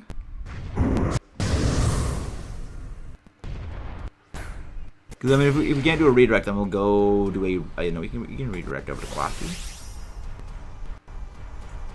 We can do a Clocky redirect. Oh yeah, Clocky also just started. Actually, no, don't. No, I'm not going to Dynamax here. Because I want the Manectric to Dynamax against the Tornadus. I'm sick, so it's not going to today. Well, rest. Rest well, hopefully. Rest well. Yeah, I want the Dynamax to be that thing, but I mean, it's fine anyway. We're going to wipe the floor with this thing anyway. A little bit of healing. A little bit of healing with Shellbell. Alright. Body press. Okay, good. Just target me. Just target me. Don't use like Stone Edge on anything else. Just target me. Just target me. I'm gonna use body press on the Alchemy because he doesn't do any damage to Alchemy. I want to 18 with the Darkness Necrozma. Interesting. Interesting. I'm not... I mean, I feel like that'd be a Trick Room team. A very, very hard... I mean, well, you could do Expanding Force Trick Room Necrozma with that. I'd recommend for that. And again, if you guys haven't done so already, please don't forget to subscribe for more. This is going to be our final Dynamax adventure of the day, but tomorrow we will be continuing on. Actually, tomorrow we're going to be starting a new Dynamax adventure shiny hunt. That's going to be fun. So if you want to join in on that, subscribe for more and you can get into that one. You'll find out what it is when we find out. We do indeed. I am going to be taking the Sudowoodo. I take the Sudowoodo. Yes. So, wait, Tree Man is the tree. Thank you very much, whoever just subscribed. Tree. So we Dynamax the Manectric. Kayla just used Decorate on the Manectric. Frostlass use Frost Breath. And then we just, we clean up here, ladies and gentlemen. We do a little bit of cleanup here. I just hope I don't miss Stone Edges, because Stone Miss is Stone Edge. That's fine, that does barely any damage to us. You know something is wrong when Frostlass takes barely any damage from a hit. Because it's frost, it's frail. I mean, I love the thing. It's frail, it's crap. That's crap. Oh, thank you very much, Arcos. Thank you very much. Thank you. It means the world that people come in. Somebody ordered a cleanup crew. Come on, Stone Edge. Got to say thing. Nah, it's all good. Nah, it's all good. There are no thoughts. Head empty. Only smooth brain here. No thoughts, head empty is literally all that we do here. Wow. Of course, that was a crit. Well, then again, that probably would have knocked it out anyway, because it was so low HP. But... oh, thank you very much, whoever as well just subscribed. Thank you very much. Alright. I think we just win this now. Like, I think we just win here. Like, unless this thing goes, like, Heat Wave.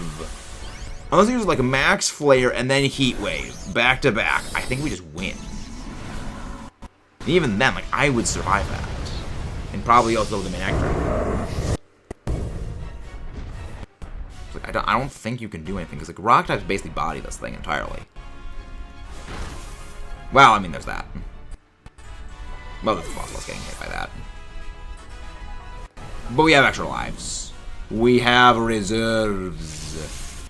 You've been thunderstruck. Goodbye. Goodbye. And that is an even 40 Dynamax adventures today. Total. Thank you very much for tuning in, everybody. Tomorrow is going to be sort of a new Dynamax adventure shiny hunt. Perhaps it's going to be an electric type. Perhaps it's going to be something interesting.